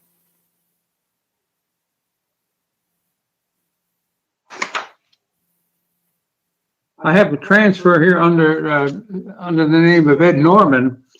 He's got a couple of them here. One is from Parks, one is for Public Works, and one is for wastewater treatment. I have 3 from Ed Norman.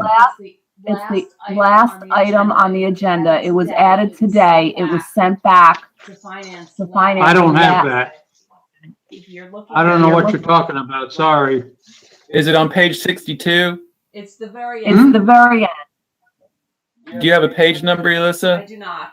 I do not. If you're looking at the agenda that was updated today, it was because it was sent back Tuesday night. There's an item from Parks and Rec with Lindsay listed at page 6. So it's Parks and Rec informational purposes, Lindsay Timbrook, and it's for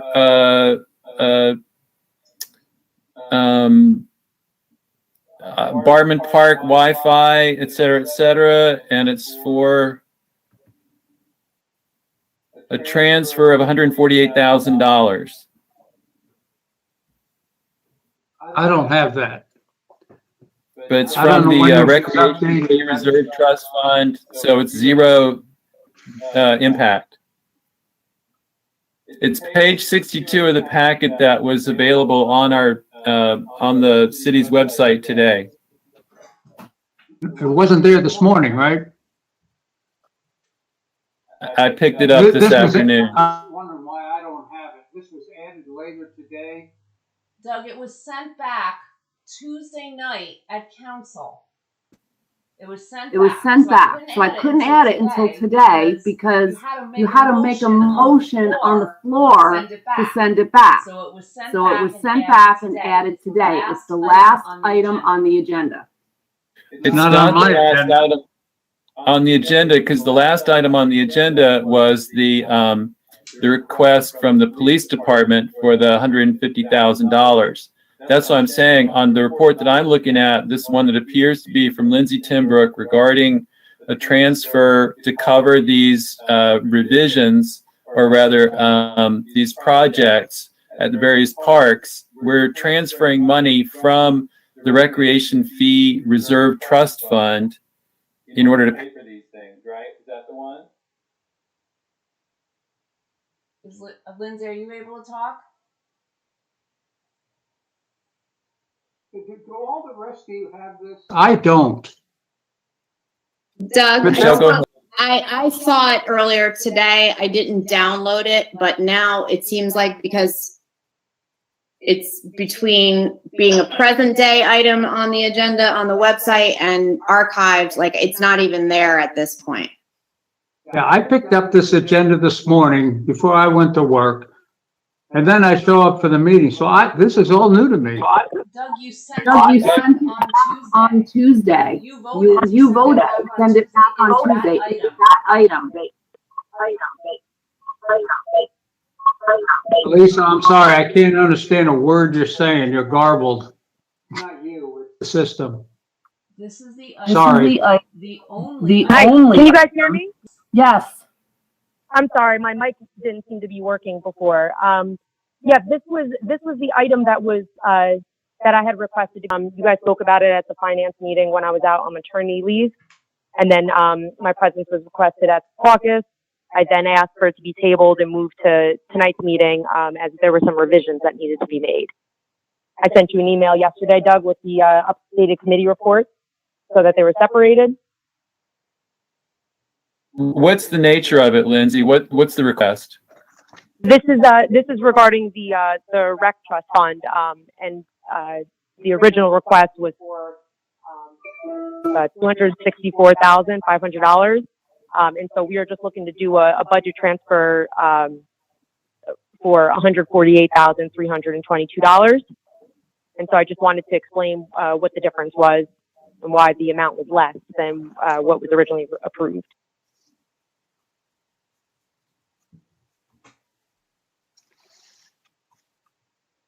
Okay.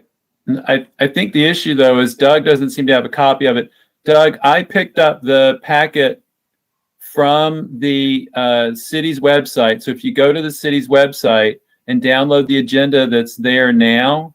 It's not there, Randy. It's not there. It's gone. That's what Michelle was just saying. It's already disappeared. I picked it up just before our meeting. Well, the agenda on the website is now gone. If you're looking, If you're looking for this specific item, you can go. I mean, I understand. She's saying that she emailed Doug 2 days ago. Doug, do you have that email? I can resend it to everyone if that will be helpful. All I have is the agenda that I picked up from the website this morning. Yeah, if you have it, Lindsay, and can send it right now, that'd be great. I'm sending it to you all right now. Yep. You're sending it to who? All aldermen? Yes. Everyone. Yep. I will send it right now. Oh my goodness. Actually, I just pulled it out. I'm looking at it right now. I just pulled it up from the city website 2 minutes ago. It's on there. I'm looking at it. Yeah, but Steve, I don't look at the website every 5 minutes. You know, Well, but Steve's saying it's somebody there said right now. it's gone. It was there 2 minutes ago. I still have it on my screen. but it wasn't there this morning. But it's there now. But That's it's what there matters. now. It's there now. And Lindsay's sending it. Yep. I just sent it to everyone. Doug, the reason it wasn't put on until this morning is because on the floor at council on Tuesday, everyone voted to send it back to committee. Yesterday was a holiday, so I didn't go into City Hall. This morning, before 8 a.m., Yeah.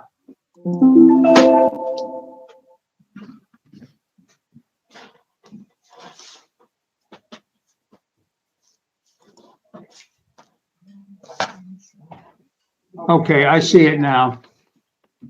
to transfer $148,322 from Recreation Fee Reserve Trust Fund per July 2020 Resolution 119. So you're transferring from the Recreation Fee Trust Fund into construction materials and supplies.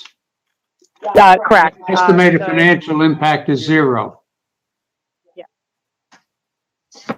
Is that it? No, Yes, it's one that more. is it. And there's the 75,000 from CDBG reimbursement for Raquel Knox Park improvements, for that to go into construction materials and supplies as well.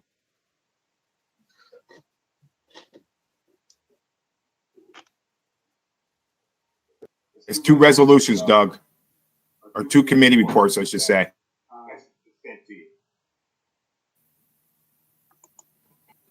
Let me just print this one, then I'll go get the other one. Yeah, I see the other one now. May I ask a question of John or Lindsay? I see the other one. What would the, $75,000, right? so where's our recreation trust fee, recreation trust funds balance now? After this, once we make this transfer, what would the balance be? Okay, Of two the amount that we- resolutions. One is to transfer $148,000 from the Recreation Trust Fund into construction materials and supplies. And the other one is to transfer $75,000 from CDBG reimbursement for Raquel Knox Park improvements. Correct. I got that right? Yes. And they're both zero financial impact. Okay. I don't have, anybody have a question or problem with this, or? Well, Michelle just asked a question. So again, the amount that was approved to come from the Rec Trust Fund, I believe 264,500. And we are just at this time only looking to do an actual transfer of the 148,000 on the 4 projects that are currently in process, and then the other 2 that have been that are being covered by CDBG is the Barnum Park vegetation and fence removal, and the Raquel Knox Park playground. So now we're left with a higher balance in our recreation trust fund, yes?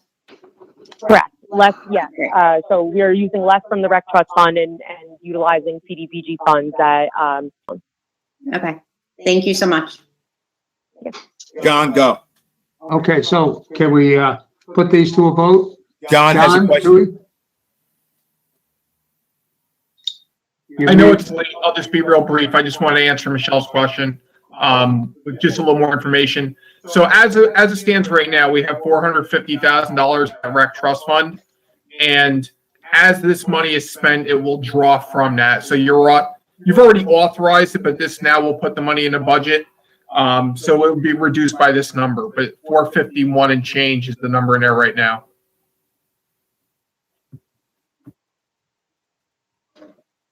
Thank you. Okay.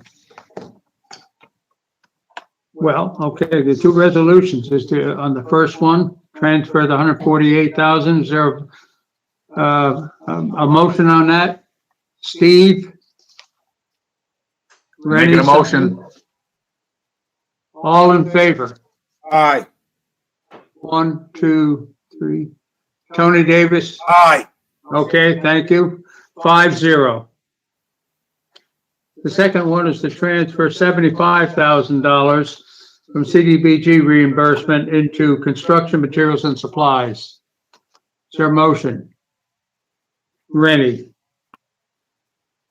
Second, Steve Shabbat. All in favor? Aye. 5-0. Okay, Lindsay, thank you. Thanks, Thank Lindsay. you all so much. I appreciate it. Thank you.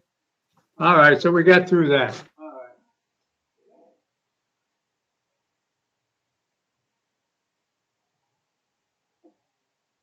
Okay. John, can we move to the energy? Improvement charges, outstanding energy improvement charges. We can, but Yeah, we can, but I see he has his hands up.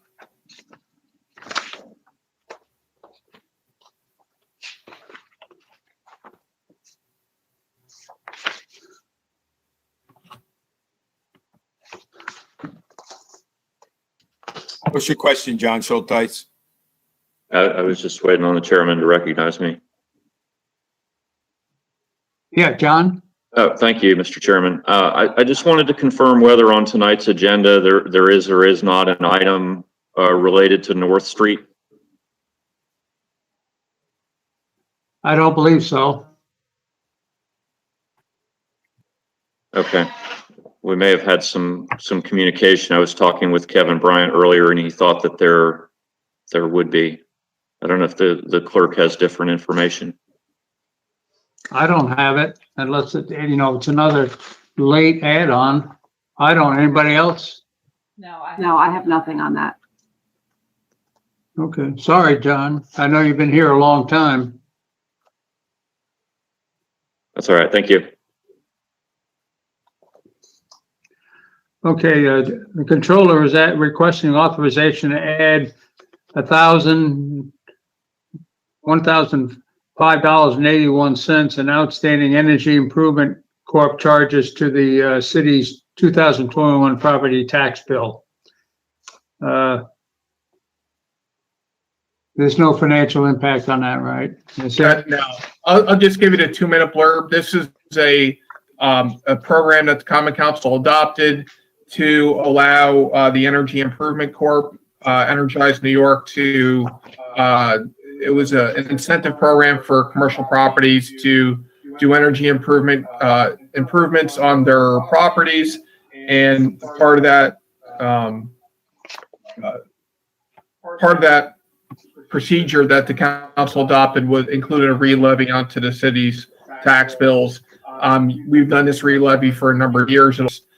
There's just one property owner that takes part of this program, and this is just an annual procedural item for the Common Council to adopt a re-levy.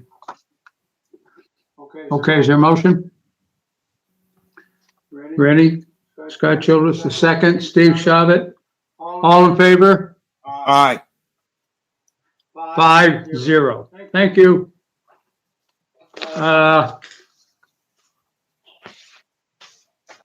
Moving to from Mary Jo Wiltshire. A long list of unpaid invoices from the DPW to be applied to 2000 tax bills. This goes on for pages and pages. Yes, Ren, is that a motion? Thank you. Paul, second? Is there a second? Steve, thank you. All in favor? Aye. 5-0, okay. Moving on from Charlene Ham, from Lori Hughes, Clerk in Building Safety. A long multi-page list of charges to be levied against the City of Kingston property owners on their 2021 tax bill. Michelle Hirsch and Rennie Scott Childress, all in favor? Aye. Aye, 5-0. Steve, did you vote on that? Steve Shabbat? He's frozen.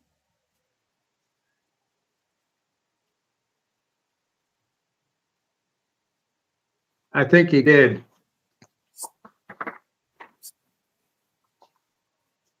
Okay, moving on to DPW.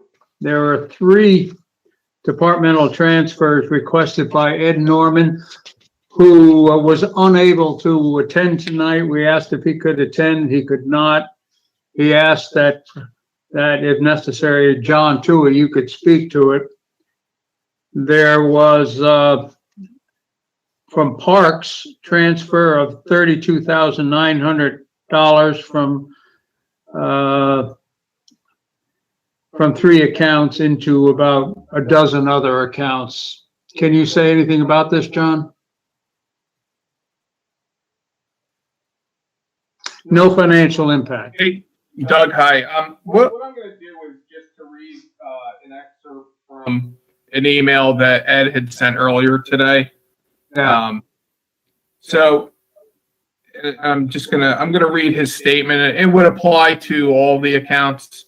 As you know, this is typically the time of year our budgets get low and we move money around in order to offset other accounts that may be running short. This year, especially because of the early cutbacks in which we lost money in our adopted budgets because of COVID, we are taking steps to assure we maintain operational funding levels. Transferring money into our overtime budget is because it was previously taken out. Overtime has been kept to a minimum this year because of the pandemic. This time last year, we're at roughly 47,000 overtime. Currently, we're at 23,000, less than 50%. The vehicle and equipment maintenance is also important, knowing that next year's budget is already strained. We're proactively buying high-wear maintenance parts this year to have in stock, anticipating that it may become more expensive and harder to get if the pandemic worsens. The vehicles have to be ready no matter what happens. I think DPW has been very responsible with its spending this year. Let's not forget that DPW is at its lowest membership in almost a decade. Yet with all the extra responsibilities to include the city-owned properties, rail trails, etc., most of the work is getting done in a timely fashion at a minimum expense to the taxpayers during a pandemic that puts employees in harm's way every day. I think that speaks volumes to the abilities of the administration efficiently and effectively operating the department, as well as the dedication of the men and women of DPW. And Ed said, please feel free to share this with the others at the meeting. And he sent that to you, Doug. I was copied on it as well. Yeah, I got that, and I'm okay with all. Michelle, you had this, when we talked this morning, you had a question on overtime. Right, so I thought we were keeping overtime down, and so like we're talking about $21,000 for overtime. So he's saying the percent that he's at, does that include this $21,000, or this would be an addition? Am I still on? I just want to see where. I believe what he was referring to where he's at year to date. I see there's some transfers into some of the overtime accounts. He's anticipating what he may need. On some of these accounts, he's not nearly overspent on. And there's a number of overtime accounts that aren't being addressed as part of this. That, if we wanted to go through some of DPW overtime accounts, I could tell you where they're at relative to prior year. But, once again, when we did the COVID cuts, we did the across the board, knowing that there probably would be some jockeying around between, the different accounts later on in the year, because it was a 30% across the board. But overall, not just for DPW, but many of the departments really have been keeping a close eye on the overtime. If you want to go through some of these overtime accounts, we certainly can. It's the council's prerogative to. Well, you know what? I just would be more comfortable if he speak to it himself. Maybe we just could table this till caucus and have him come speak at caucus, or like to make a motion to do that. Well, I'm not sure what do we need, John? What do we need Ed here to speak about? Because I had questions about the overtime, and so he's a department head and requested that he be here. But the request didn't go out until I asked him if he could be here, and he said he could not, and I think that's why he sent the letter. Okay. Question is, John, can you speak to what the overtime is? And there's garbage. It didn't make sense. It's not like. Which, Michelle, there are 3 holidays falling midweek towards the end of the year. He was going to need some extra time for his workers to work on the weekends. So that was some of that overtime, particularly with the refuse. Yeah, I see what Michelle's referring to. There are about 4 or 5 different items that add up to, I don't know what they add up to, but, About 21,000. 21,000. Yeah, I have no problem.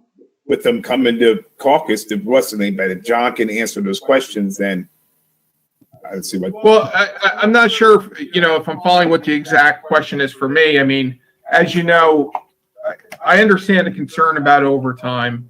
If we're going to drill down to the exact accounts and why he's over in each specific account, I think Ed needs to answer that. He did talk to me about the refuse. On an overall level, this is a time of year that you will start seeing a lot of these transfers coming in. Typically from here through March, April, by April 1st of next year, we'd have to adopt any budgetary modifications for the 2020 year. And I would expect that we'll see a lot of zero impact budgetary transfers. But in terms of his specific accounts, I think he would have to answer specific questions. I can tell you from a procedural standpoint, we do see a lot of zero impact budgetary transfers. I can tell you where he's at with spending with a lot of these overtime accounts. Generally speaking, he is in line with what his modified budget is with those accounts. Okay, thank you. Sure. Okay, we have 3 of them here. Parks, $32,910. Is there a motion? Rennie? Steve? All in favor? Aye. 1, 2, 3, 5-0. No opposition, okay? Okay, the second one is a transfer of $59,000, $365.85. This is in Public Works. Is there a motion? Second, Steve Shavit. All in favor? Aye. 5-0. And finally, again, in Public Works Sewer, transfer of $12,000. Rennie? And again, these are all zero impacts, right? Yes, everyone is all, yes. And second by Michelle Hirsch. All in favor? 5-0. Okay. The next one from the police department, we've already taken care of, 5-0. LPR, we've already dealt with. I think we're to Dan Baker now. You still there, Dan? I am. Thank you. And you have 2 items. One requires an executive session. I have, So that's the penultimate one is the one that requires the executive session. So why don't we just go to the final one first? yeah, so the local adjustments to the adjusted base proportion. I sent that in as a placeholder. We will typically address the adjustments to the base proportion after a budget has been adopted. And we can discuss that then. All the documents, the 2 memos that I wrote are there, plus the calculation and the legal, if that can be made, are also on the spreadsheet. So if you have any questions about those, I'd be happy to answer them. But those are just a placeholder for when we adopt the budget. That's the homestead, non-homestead rate. Correct, Tony. So basically, you just gave. How you calculate that out? That you need to We need to finalize the budget before we can do that. Correct. Yeah. That is usually the order that we do it. So we don't need to vote on this tonight because it's unspecified. Correct. It says allowable tax shares as follows, and there's nothing there. So, but that'll come up later on this month, right?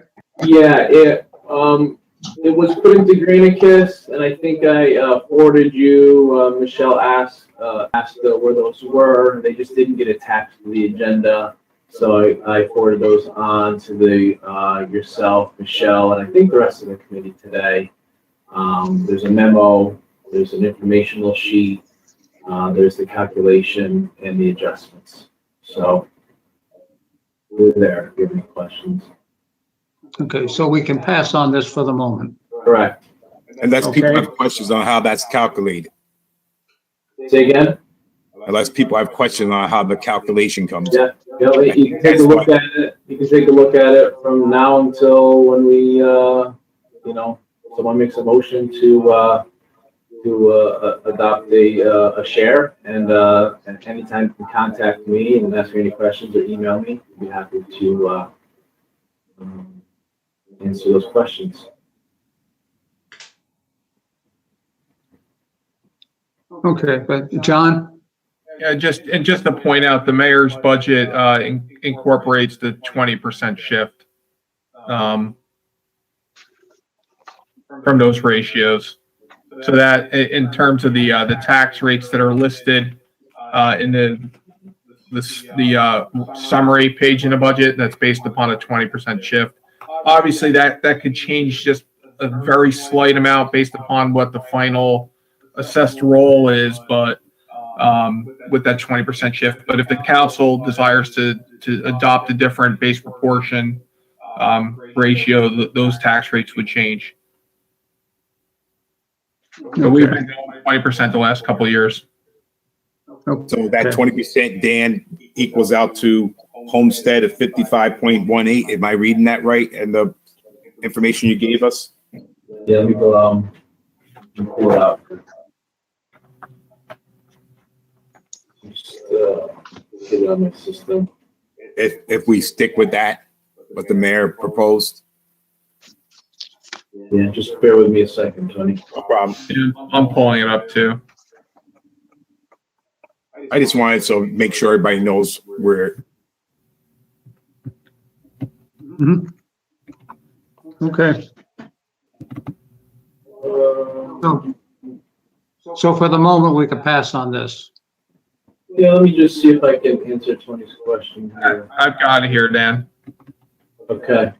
The 20% is 55.18 for homestead and 44.82 for non-homestead. And I'm rounding it to 2 decimal points, but it goes out 5. All right, so that's what he's. Doug and Dan, I'm sending it to you right now. All right, everyone make All right, sure. everyone make sure you mute yourself.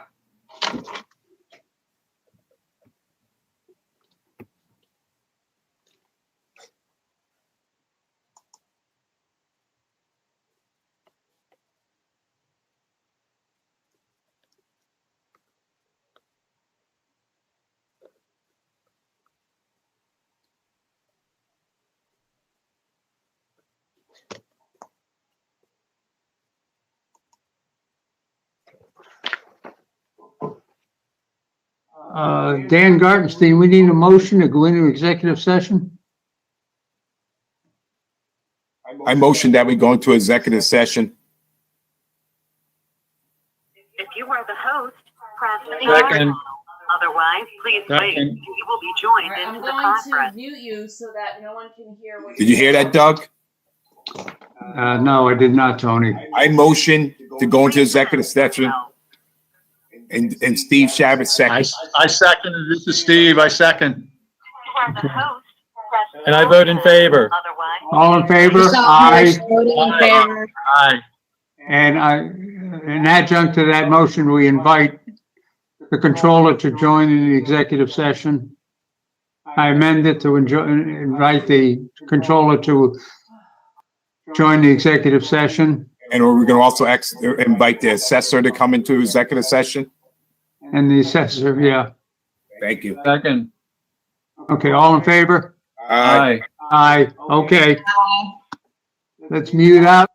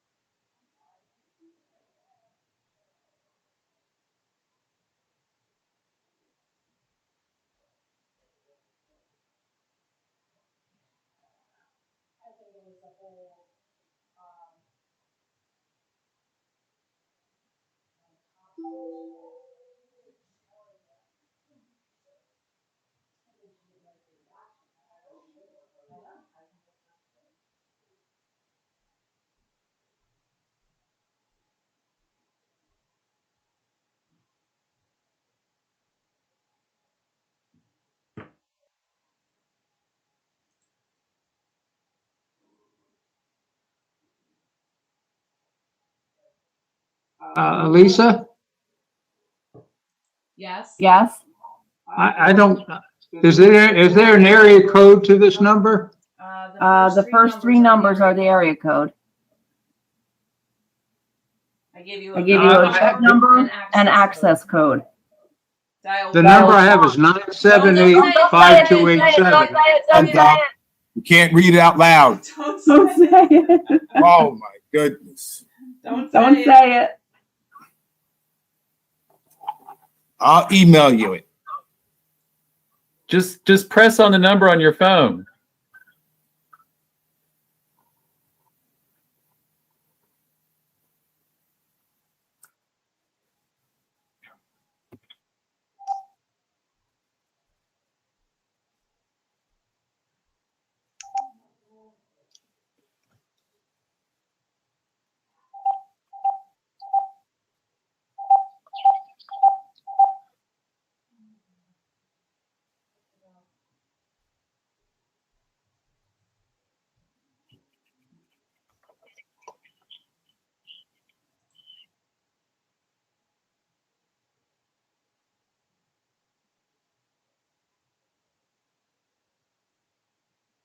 I'm being forwarded to an automated voicemail system. Is this an area code 845? No. No. Doug, you cannot read it out loud, Doug. You cannot say the number out loud. Do you have it on your phone? I'm calling Can you right somebody now, give me Doug. the full Hang up. telephone I'm calling number? you right now. Doug, I'm calling you right now. Hang up.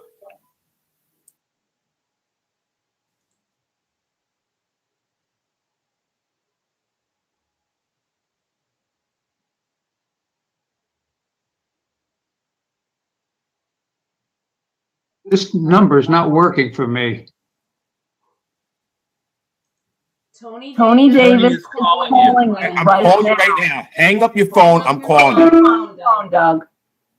4 people are talking at once. I heard none of you.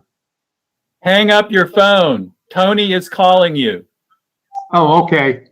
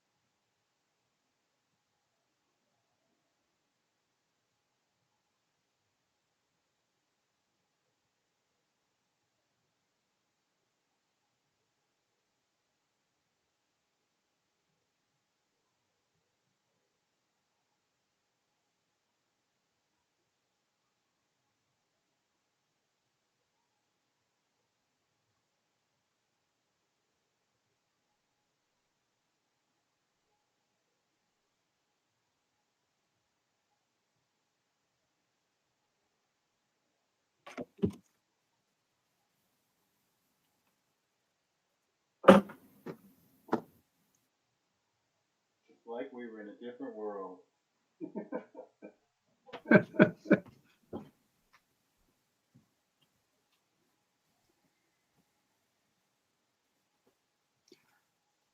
Okay, we all back. Tony, you with us?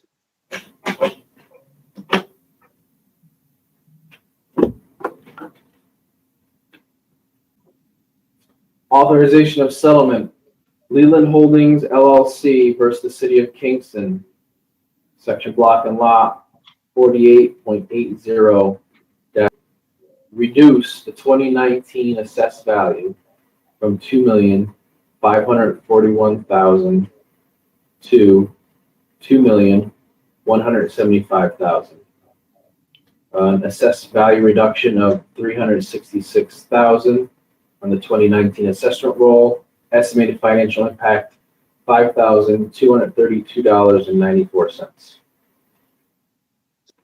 Michelle Hirsch made a motion, second by Randy Scott Childress. All in favor? 5-0. And Next finally, one. authorization of settlement, Sea Line Enterprises Incorporated versus the City of Kingston, section block and lot 48.80-1-10.100. Reduce the 2019 assessed value from $1,462,000 to $800,000. Reduce the 2020 assessed value from $1,462,000 to $800,000. A $662,000 reduction in assessed value annual for 2019 and 2020. Financial impact $9,465.05. Motion by Randy Scott Childress, second by Steve Shabbat. All in favor? Yeah. Okay, Tony, I heard you say yes, that's 5-0. Okay, thank you, Dan. We completed our business. I think we can entertain a motion to adjourn. Or we just in the habit of being here. Okay. Motion by Michelle, second. Steve Shabbat, all in favor?